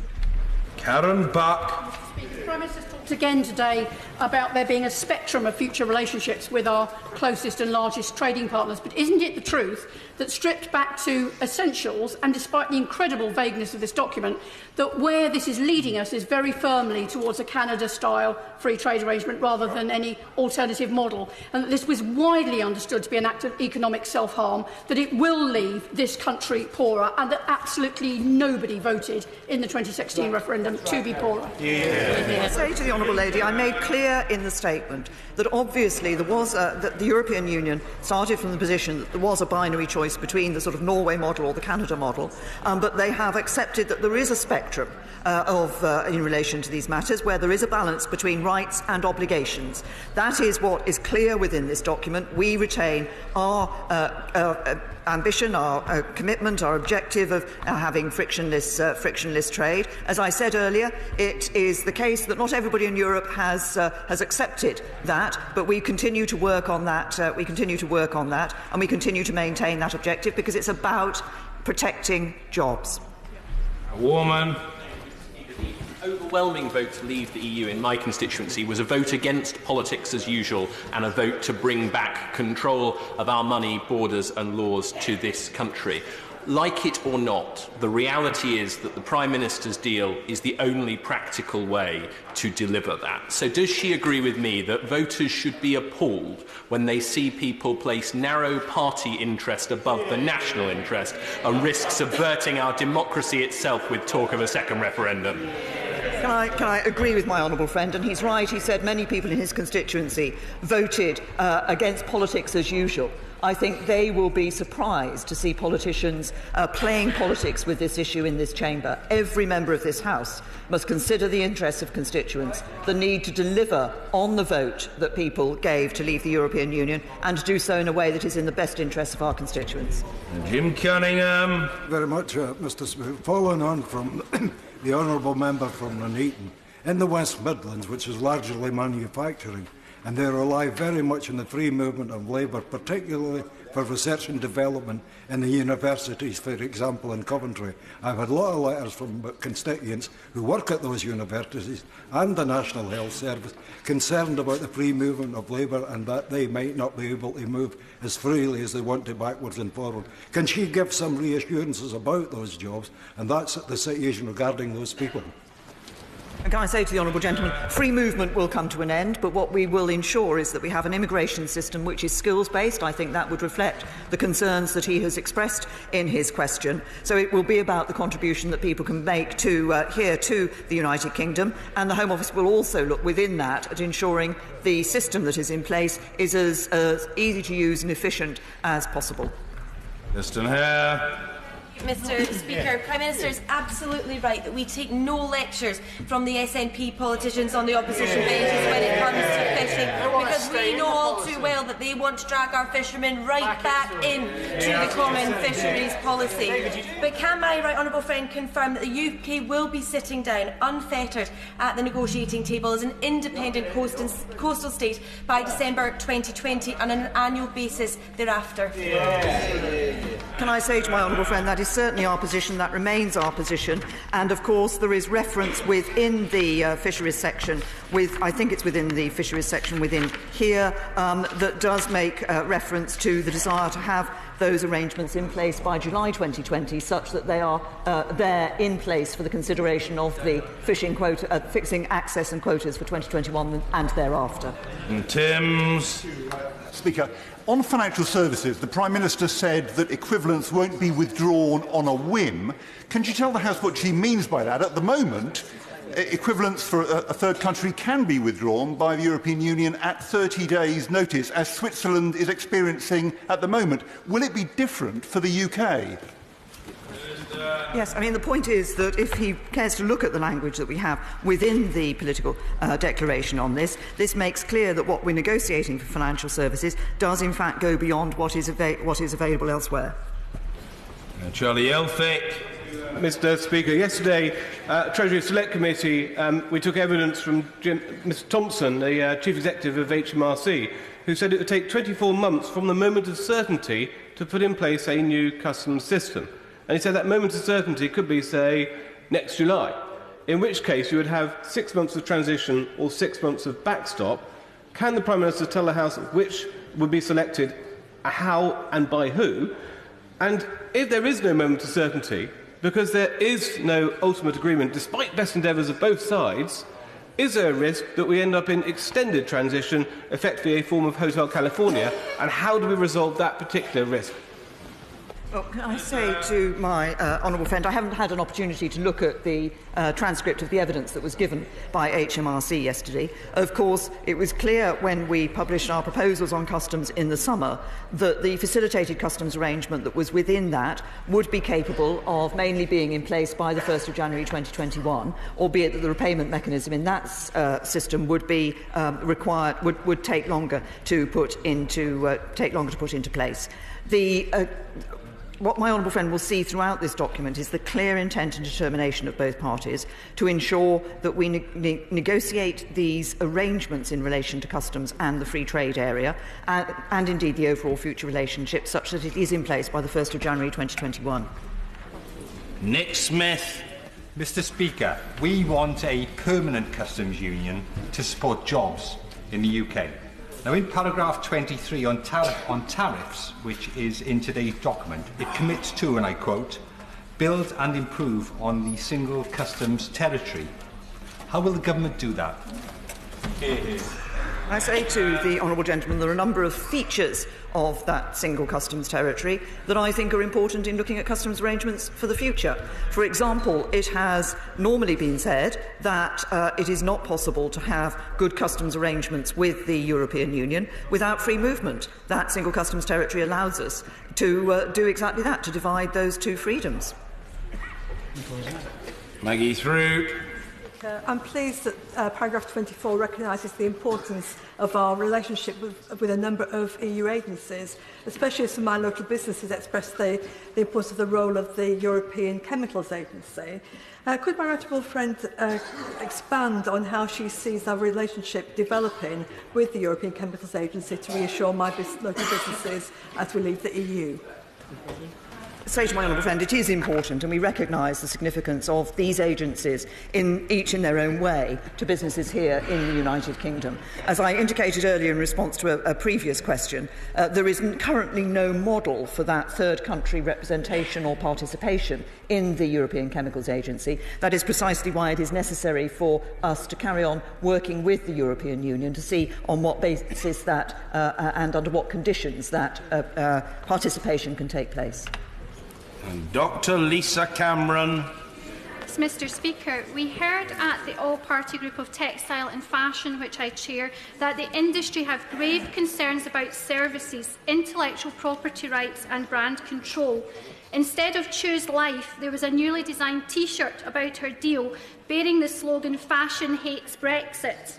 Will the Prime Minister reassure this massive industry that contributes £21.9 billion to our economy annually? Great question. To the Honourable Lady, I recognise the significance of that industry to our economy, and I recognise because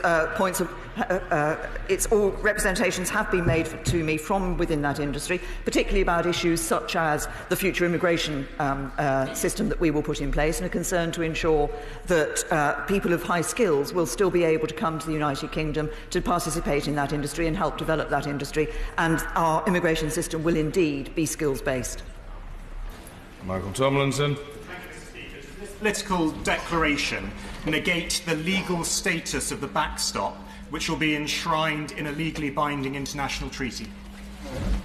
My honourable friend knows that the withdrawal agreement is indeed a legal document, that the political declaration still has to have the legal text negotiated around that political declaration. There is a linkage between the withdrawal agreement and the political declaration, which is set out clearly in the withdrawal agreement. And with regards to the backstop, it is clear that were we to be in it, it would be only temporary, but that is not the only option if it is necessary to have an interim arrangement to provide for our guarantees for the people of Northern Ireland prior to the future relationship coming in place. Bill Esterson. Article 8 of the withdrawal agreement says the UK is not going to have access to EU networks after we leave.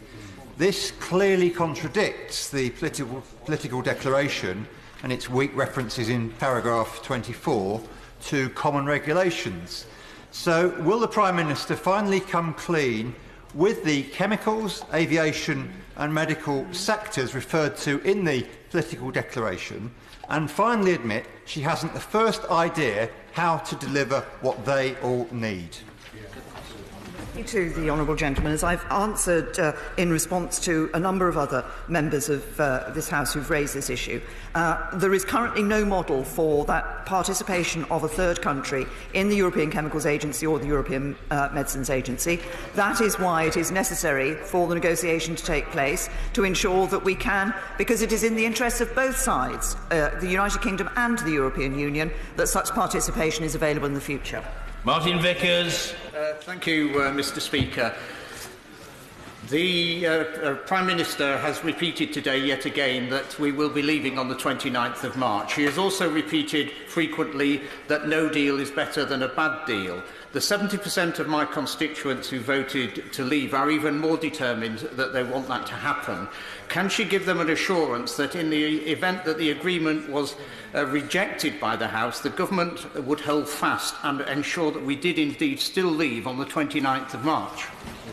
Well, can I give my honourable friend the assurance that, as far as I'm concerned, we are leaving on the 29th of March 2019, and that's what this government is working towards.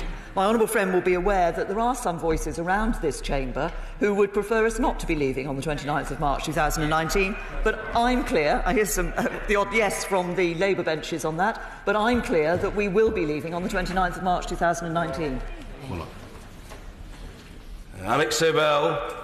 Thank you, Mr. Speaker. The Prime Minister said in her statement the EU said the choice was binary, Norway or Canada. The political declaration concedes a spectrum. I'd like to hear what the Prime Minister's spectrum is. Surely, considering the range of views across the House, that spectrum should be to keep all the options open. Otherwise, this political declaration has already passed its sell-by date. Prime Minister.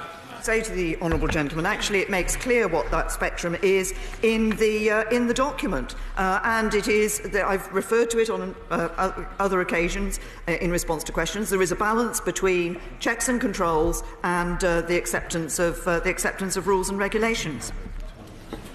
James Cleverly. Sir, honourable and gallant members on both sides of the House will be familiar with the term mission command, and they will also be familiar with the importance of regularly restating the mission. So will my right honourable friend for the House today restate that any government led by her will have as its mission the fact that we will take back control of our money, our borders, our laws, our trade policy. We will honour the result of the referendum, and we will do so without putting our economic growth in jeopardy or the integrity of this United Kingdom. I'm very happy to give my honourable friend the commitment that that is absolutely our mission. Martin Whitfield. Mr. Speaker, breaking up is clearly quite hard to do, but at least the Right Honourable Prime Minister has a sum in mind to pay over. But what about our pan-European families, where there is a break-up there and the stress of that situation, where we have children who are trying to seek access to parents, where we have lone parents trying to get assets and payments for their children? Is it really only to explore options confirmed in paragraph 58 for judicial cooperation, matrimonial and parental responsibility? Is that genuinely as far as we can go to make that helpful for families?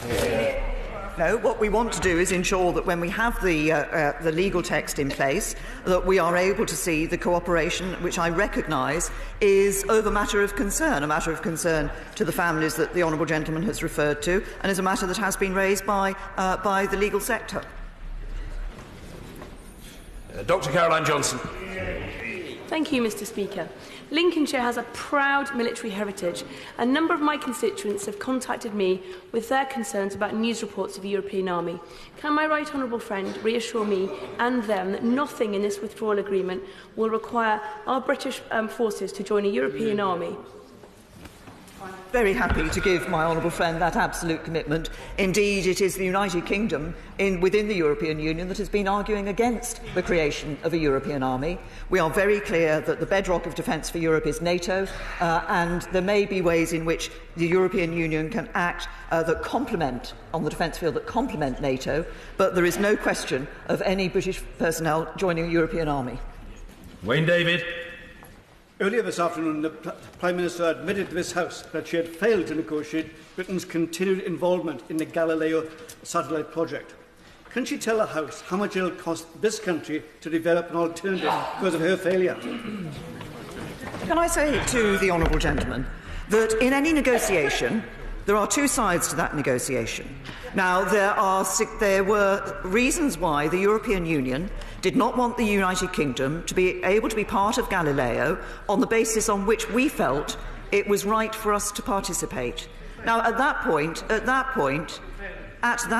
there's a decision to be taken. I suggest to the honourable gentleman that the real failure would have been to have said that we would have remained in Galileo on a basis that did not permit us to have guarantees in relation to our security. Better for us to say, we will do it ourselves and ensure that security. Peter Aldous. Thank you, Mr. Speaker. Electro-pulse fishing by Dutch trawlers off the East Anglian coast is devastating our fisheries and should stop now.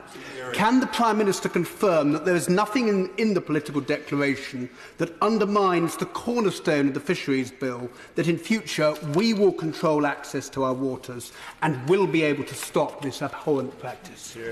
Can I say to my honourable friend that indeed, as I said earlier, we will be an independent coastal state. We will be negotiating that access to our waters in our own interests. But also, as he will see within the fishing opportunities section of the political declaration, we're very clear that we need to work to ensure that fishing is at sustainable levels. That's in the interests of all fishermen, to ensure that the industry can survive and be sustainable into the future. Mr. Speaker, the Prime Minister's deal has succeeded in uniting people who've written to me who voted leave and voted remain, and that position is reflected in this House in opposition to the deal. Given that there is no prospect of this House voting through her deal, and that then there is no prospect of this House voting for no deal, what is the contingency plan that the Prime Minister is making? When I'm here recommending this deal, and all members of this House of Commons, when they come to the meaningful vote, will have to consider their duty, I believe, to deliver on the vote of the British people to leave the European Union and to consider the jobs of their constituents up and down the country. This deal protects those jobs and delivers on that vote. Answer the question. Ross Thompson. Thank you very much, Mr. Speaker. I have listened intently to what my right honourable friend has said on fishing. This afternoon, the Deputy EU Brexit negotiator, Sabine Wayan, tweeted, "We need an EU-UK fisheries agreement that covers both access to waters and market access, as is in the best interests of both sides." As this document is not binding, will my right honourable friend provide a cast-iron guarantee today and in writing to me, so we have it in black and white, that any fisheries agreement will never link access to our waters with single market access, and that the UK will determine who fishes in our waters, when they fish in our waters, and what they fish in our waters? What the honourable gentleman has identified is that this is an issue on which there are very strong feelings within the European Union. And we have resisted and rigorously resisted attempts to link these two issues. The honourable gentleman asked me to write to him. I'm tempted to say, actually, what I said in my statement is the fisheries agreement is not something we will be trading off against any other priorities. That's not just in a letter from me to him, that will be in Hansard, and I hope he'll be able to take some comfort from that. Rachel Maskell. Thank you, Mr. Speaker. 200 of my constituents will lose their jobs. People who are highly skilled, who regulate chemicals for the agricultural sector, if this deal goes through. Why should they back her? Say to the honourable lady, she has made a statement there. I'm not sure what the nature of the jobs that she's talking about for those individuals are. We are clear about the importance of our agricultural industry, about the importance of us negotiating in relation to the European Chemicals Agency, if that was one of the issues that she was talking about. This is a deal that is good for the UK because it is a deal that protects jobs. Mr. William Ragg. Mr. Speaker, while commending my right honourable friend for her extraordinary energies, given the whole basis of this declaration is trust, does my right honourable friend trust the European Union, and how ultimately will they be held to their side of the bargain? We have negotiated in good faith, and as regards holding people to their side of the bargain, my honourable friend will see that there is action that can be taken in relation to taking legal measures that can be taken were it the case that we believe the European Union was no longer acting in good faith. And Mr Douglas Chapman. I'm looking at a statement from Scottish Tories which said, let me make it absolutely clear, as we leave the EU, we need complete control over UK fishing, #non-negotiable. In a reply to the BBC, one of the honourable members was asked if the final deal would actually affect how they might vote in the meaningful vote, and he said yes, it would. That would be very important. Could I ask the Prime Minister, how is she going to explain to the whole Scottish backstab to the Scottish Tories, because the deal is not about complete control, is it, Prime Minister? I say to the honourable gentleman, I suggest that he reads the Hansard to see the references that I made to fishing and the commitments that this government made to the fishing industry. Andrew Percy. Thank you, Mr Speaker. My question won't live up to the build-up. 7 out of 10 of my constituents, young and old, voted to leave the European Union, and 2 things are very clear from talking to my constituents this weekend. Firstly, they're sick of Remainers telling them they didn't know what they voted for, and they're also tired of some Brexiteers telling them what it is they will accept as our exit from the European Union. So can I encourage her to press on as she is doing so? Secondly, though, and more importantly perhaps for where this House seems to be heading, is that they are sick and tired of hearing people talk of a second referendum. This was not talked about by either the Remain or Leave side in the referendum campaign. It would amount to a betrayal of that vote in 2016. It would be an establishment stitch-up that might please some in the metropolitan elite and their wealthy overseas backers. But it would be a gross act against democracy. So can my honourable friend assure this House that this government will put forward no legislation for a second referendum in any way? I'm very happy to give my honourable friend that commitment, and he's absolutely right. That's why as I've said before, I think any second referendum would not be a people's vote, it would be a politician's vote. Dr Rupa. Thank you, Mr Speaker. There's a strange sense of déjà vu and, in fact, anticlimax. Anticlimax in this document after over 2 years. The words "shall be decided" occur 127 times. And in paragraph 147 at the end, it states that there will be a high-level conference convened at least every 6 months, with no guarantees of anything. That is a possible Brexiternity. So I wanted to ask the Prime Minister, what date and time will it be that these negotiations ever end? And both with this and with last week's so-called deal, can't she just admit that she is flogging a dead horse? I've made clear before, we will be working to ensure that the future relationship can be in place on the 1st of January 2021. Neil O'Brien. Thank you, Mr Speaker. I spent 8 years of my life campaigning against European integration and for a referendum. And I never thought that the day would come when I'd be holding in my hands a negotiated, detailed plan of the British government to leave the European Union. It is a huge achievement. As I decide what I think about this deal, I think about 3 things, Prime Minister. Firstly, I think about your incredible success in breaking the European Union's red lines and in securing tariff-free access to the European Union's internal market without paying in £10 billion every year and without having to give up control over immigration. That is a huge thing that the European Union have moved on, and we should recognise that. The second thing I think about is the fact that every single business group is backing this deal and the Marxist Shadow Chancellor is against it. And the third and final thing I think about is that I've listened all afternoon to people again and again saying that they are going to try and stop Brexit. Does the Prime Minister agree with me that if the people who want to stop Brexit are successful, then a large number of people in this country will feel that our democracy has been profoundly undermined? Can I say to my honourable friend, I absolutely agree with what he has just said. I think if this House were to stop Brexit, the British people would feel it was a gross betrayal of the trust that we had showed in them and they had shown in us. I believe it's a matter of our integrity as politicians that we deliver on the vote that we gave to the British people and that they told us to leave, in no uncertain terms, leave the European Union. Dan Carden. Mr. Speaker. The withdrawal agreement worsens the situation for the UK in terms of EU state aid, leaving the UK legally bound by European Commission decision. Currently, the European Commission waves through state aid cases case by case, but that won't be the case for the UK, with our economy and major industries permanently disadvantaged.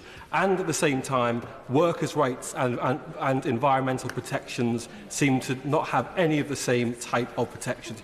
Was this negotiated by the Prime Minister, or was this at the behest of the EU? Gentlemen, we have made clear on a number of occasions, and the proposals that we have put forward are very clear about non-regression in relation to workers' rights. We already in some areas have higher standards on workers' rights than other countries in the European Union, and we have, as a government, been working to enhance workers' rights in a number of ways, not least in our response to the Matthew Taylor report. And it was this government that banned exclusivity clauses in zero-hours contracts, a matter which the Labour Party spoke about for many years but failed to do anything about. Vicky Foxcroft. Thank you, Mr. Speaker. EU citizens currently make up 17% of UK academic staff, and many universities are concerned by the government's plans to roll out Tier 2 visas to EU citizens after Brexit.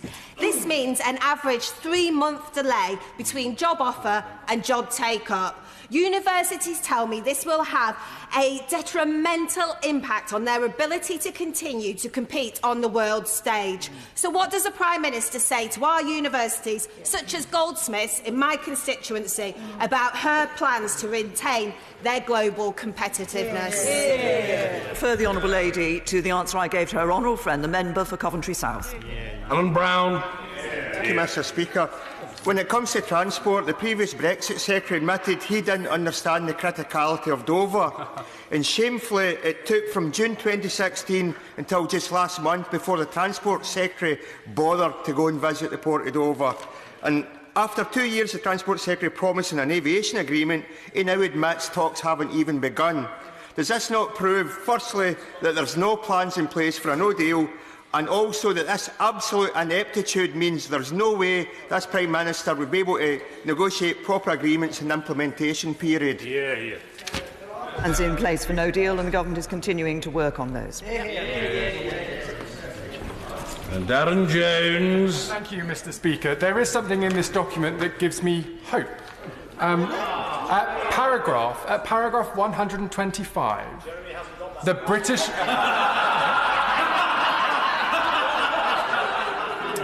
At paragraph 125, Mr. Speaker, the British government has committed, in deciding the strategic direction for this future relationship, to encourage civil society dialogue. On European definitions, that means speaking to the public, Mr. Speaker. Now, if the Prime Minister won't commit to a general election or a people's vote, how will she seek to take the views of the British people on this proposal? And if she doesn't, does it not show that the words on this paper are worthless? The British people gave us their view on our membership of the European Union in June 2016, and we're delivering on it. Marsha de Cordova. Thank you, Mr. Speaker. For all the Prime Minister's bluster, this political declaration underlines that 18 months of shambolic negotiations has produced embarrassingly little. Parliament looks set to be asked to vote and agree to a blind Brexit and to a deal that, despite what the Prime Minister claims, does not protect jobs, does not protect rights or the economy. So when will she wake up to the realities that any deal she brings to this House does not command the support of this House and will leave this country poorer? Can I say this is the right deal for the United Kingdom? It delivers on the vote, and it does so by protecting jobs, livelihoods, security and our union. Mr. Kevin Brennan.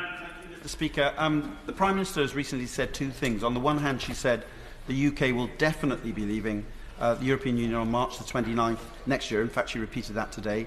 And on the other hand, she said there's a risk, although many of my constituents think there's a chance, that there could be no Brexit. How can those two statements coexist as statements of opinion in the Prime Minister's mind without causing a major malfunction? Very simply, I am clear that we will be leaving the European Union on the 29th of March 2019. There are some voices across this House which want to frustrate that. That would betray the vote of the British people. Mike Kane. Speaker, I genuinely believe this is a bad deal for the north of England, Mr Speaker. Manchester Airport in my constituency caters for 30 million passengers, but the PM's favourite rhetoric is about ending free movement. But does she not acknowledge that works both ways? Why on earth should I vote for a deal that restricts the right for workers to travel and work abroad? Can I say to the honourable gentleman, the United Kingdom will end free movement. We will bring in place our own immigration system for people from across the world, including the member states of the European Union. Of course, the arrangements that are put in place by other member states of the European Union will be a matter for those. We have here clearly arrangements that are in place for the sort of short-term visits, the tourist visits, the business visits, that are an important part of the movements that he's talking about. Janet Davey. Thank you, Mr Speaker. As the newest member to this House, Mr Speaker, from day one I've received correspondence from my constituents on a daily basis. I've been bombarded with correspondence requesting and asking for a people's vote.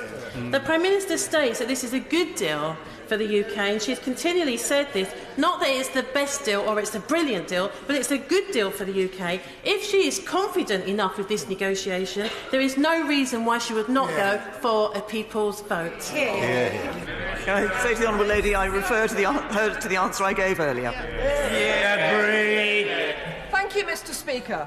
In answer to the question from my right honourable friend from Barrow, the Prime Minister admitted, in relation in that case to Schengen, that it was incredibly difficult and took a long time to negotiate an agreement with the EU when you're already in the EU. So how on earth does she think it's going to be easy, straightforward and quick to negotiate all the hundreds, if not thousands, of agreements that fall out are implied in this document?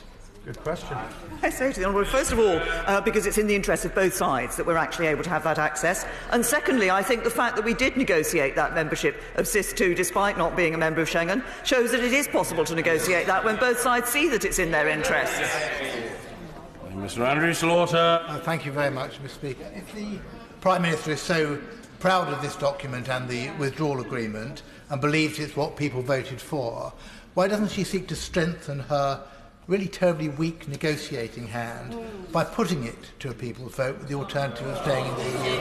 And before she gives another glib answer about this being what politicians want, almost 3,000 of my constituents have written to me with their concerns about Brexit.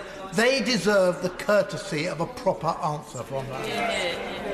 Say to the honourable gentleman, I have answered the question of a people's vote. I have done so on a number of occasions, and he will be able to see that answer in the record in Hansard. Daniel Zeichner. Mr Speaker, I've listened closely to the answers the Prime Minister's given on questions raised about relationships with agencies like the European Medicines Agency. And people think this is a deal, but it's not, is it? It's the start of a long and complex negotiation. And she will know that representatives of the life sciences sector have said it's essential for our future that we have full membership of these agencies. Are they wrong? Well, can I say to the honourable gentleman, as I referred earlier in one of my answers, it is very clear that it's the intent of both parties to develop in good faith agreements giving effect to this relationship. He talks about the life sciences sector. Of course, this government has been putting together that life sciences sector deal. We recognise the importance of the life sciences sector. It is our modern industrial strategy that is delivering for the life sciences sector. Mr David Linden. Very much, Mr Speaker. If we're being honest, a majority of members in this House are at an age when they've got more yesterdays than tomorrows. But there are millions of young people out there whose opportunities will be curtailed as a result of Brexit. So can I ask the Prime Minister a question I've been asking since I entered this House? If you're a first-year student at Loch End High School in Easterhouse, will you still be able to enjoy Erasmus by the time you leave high school?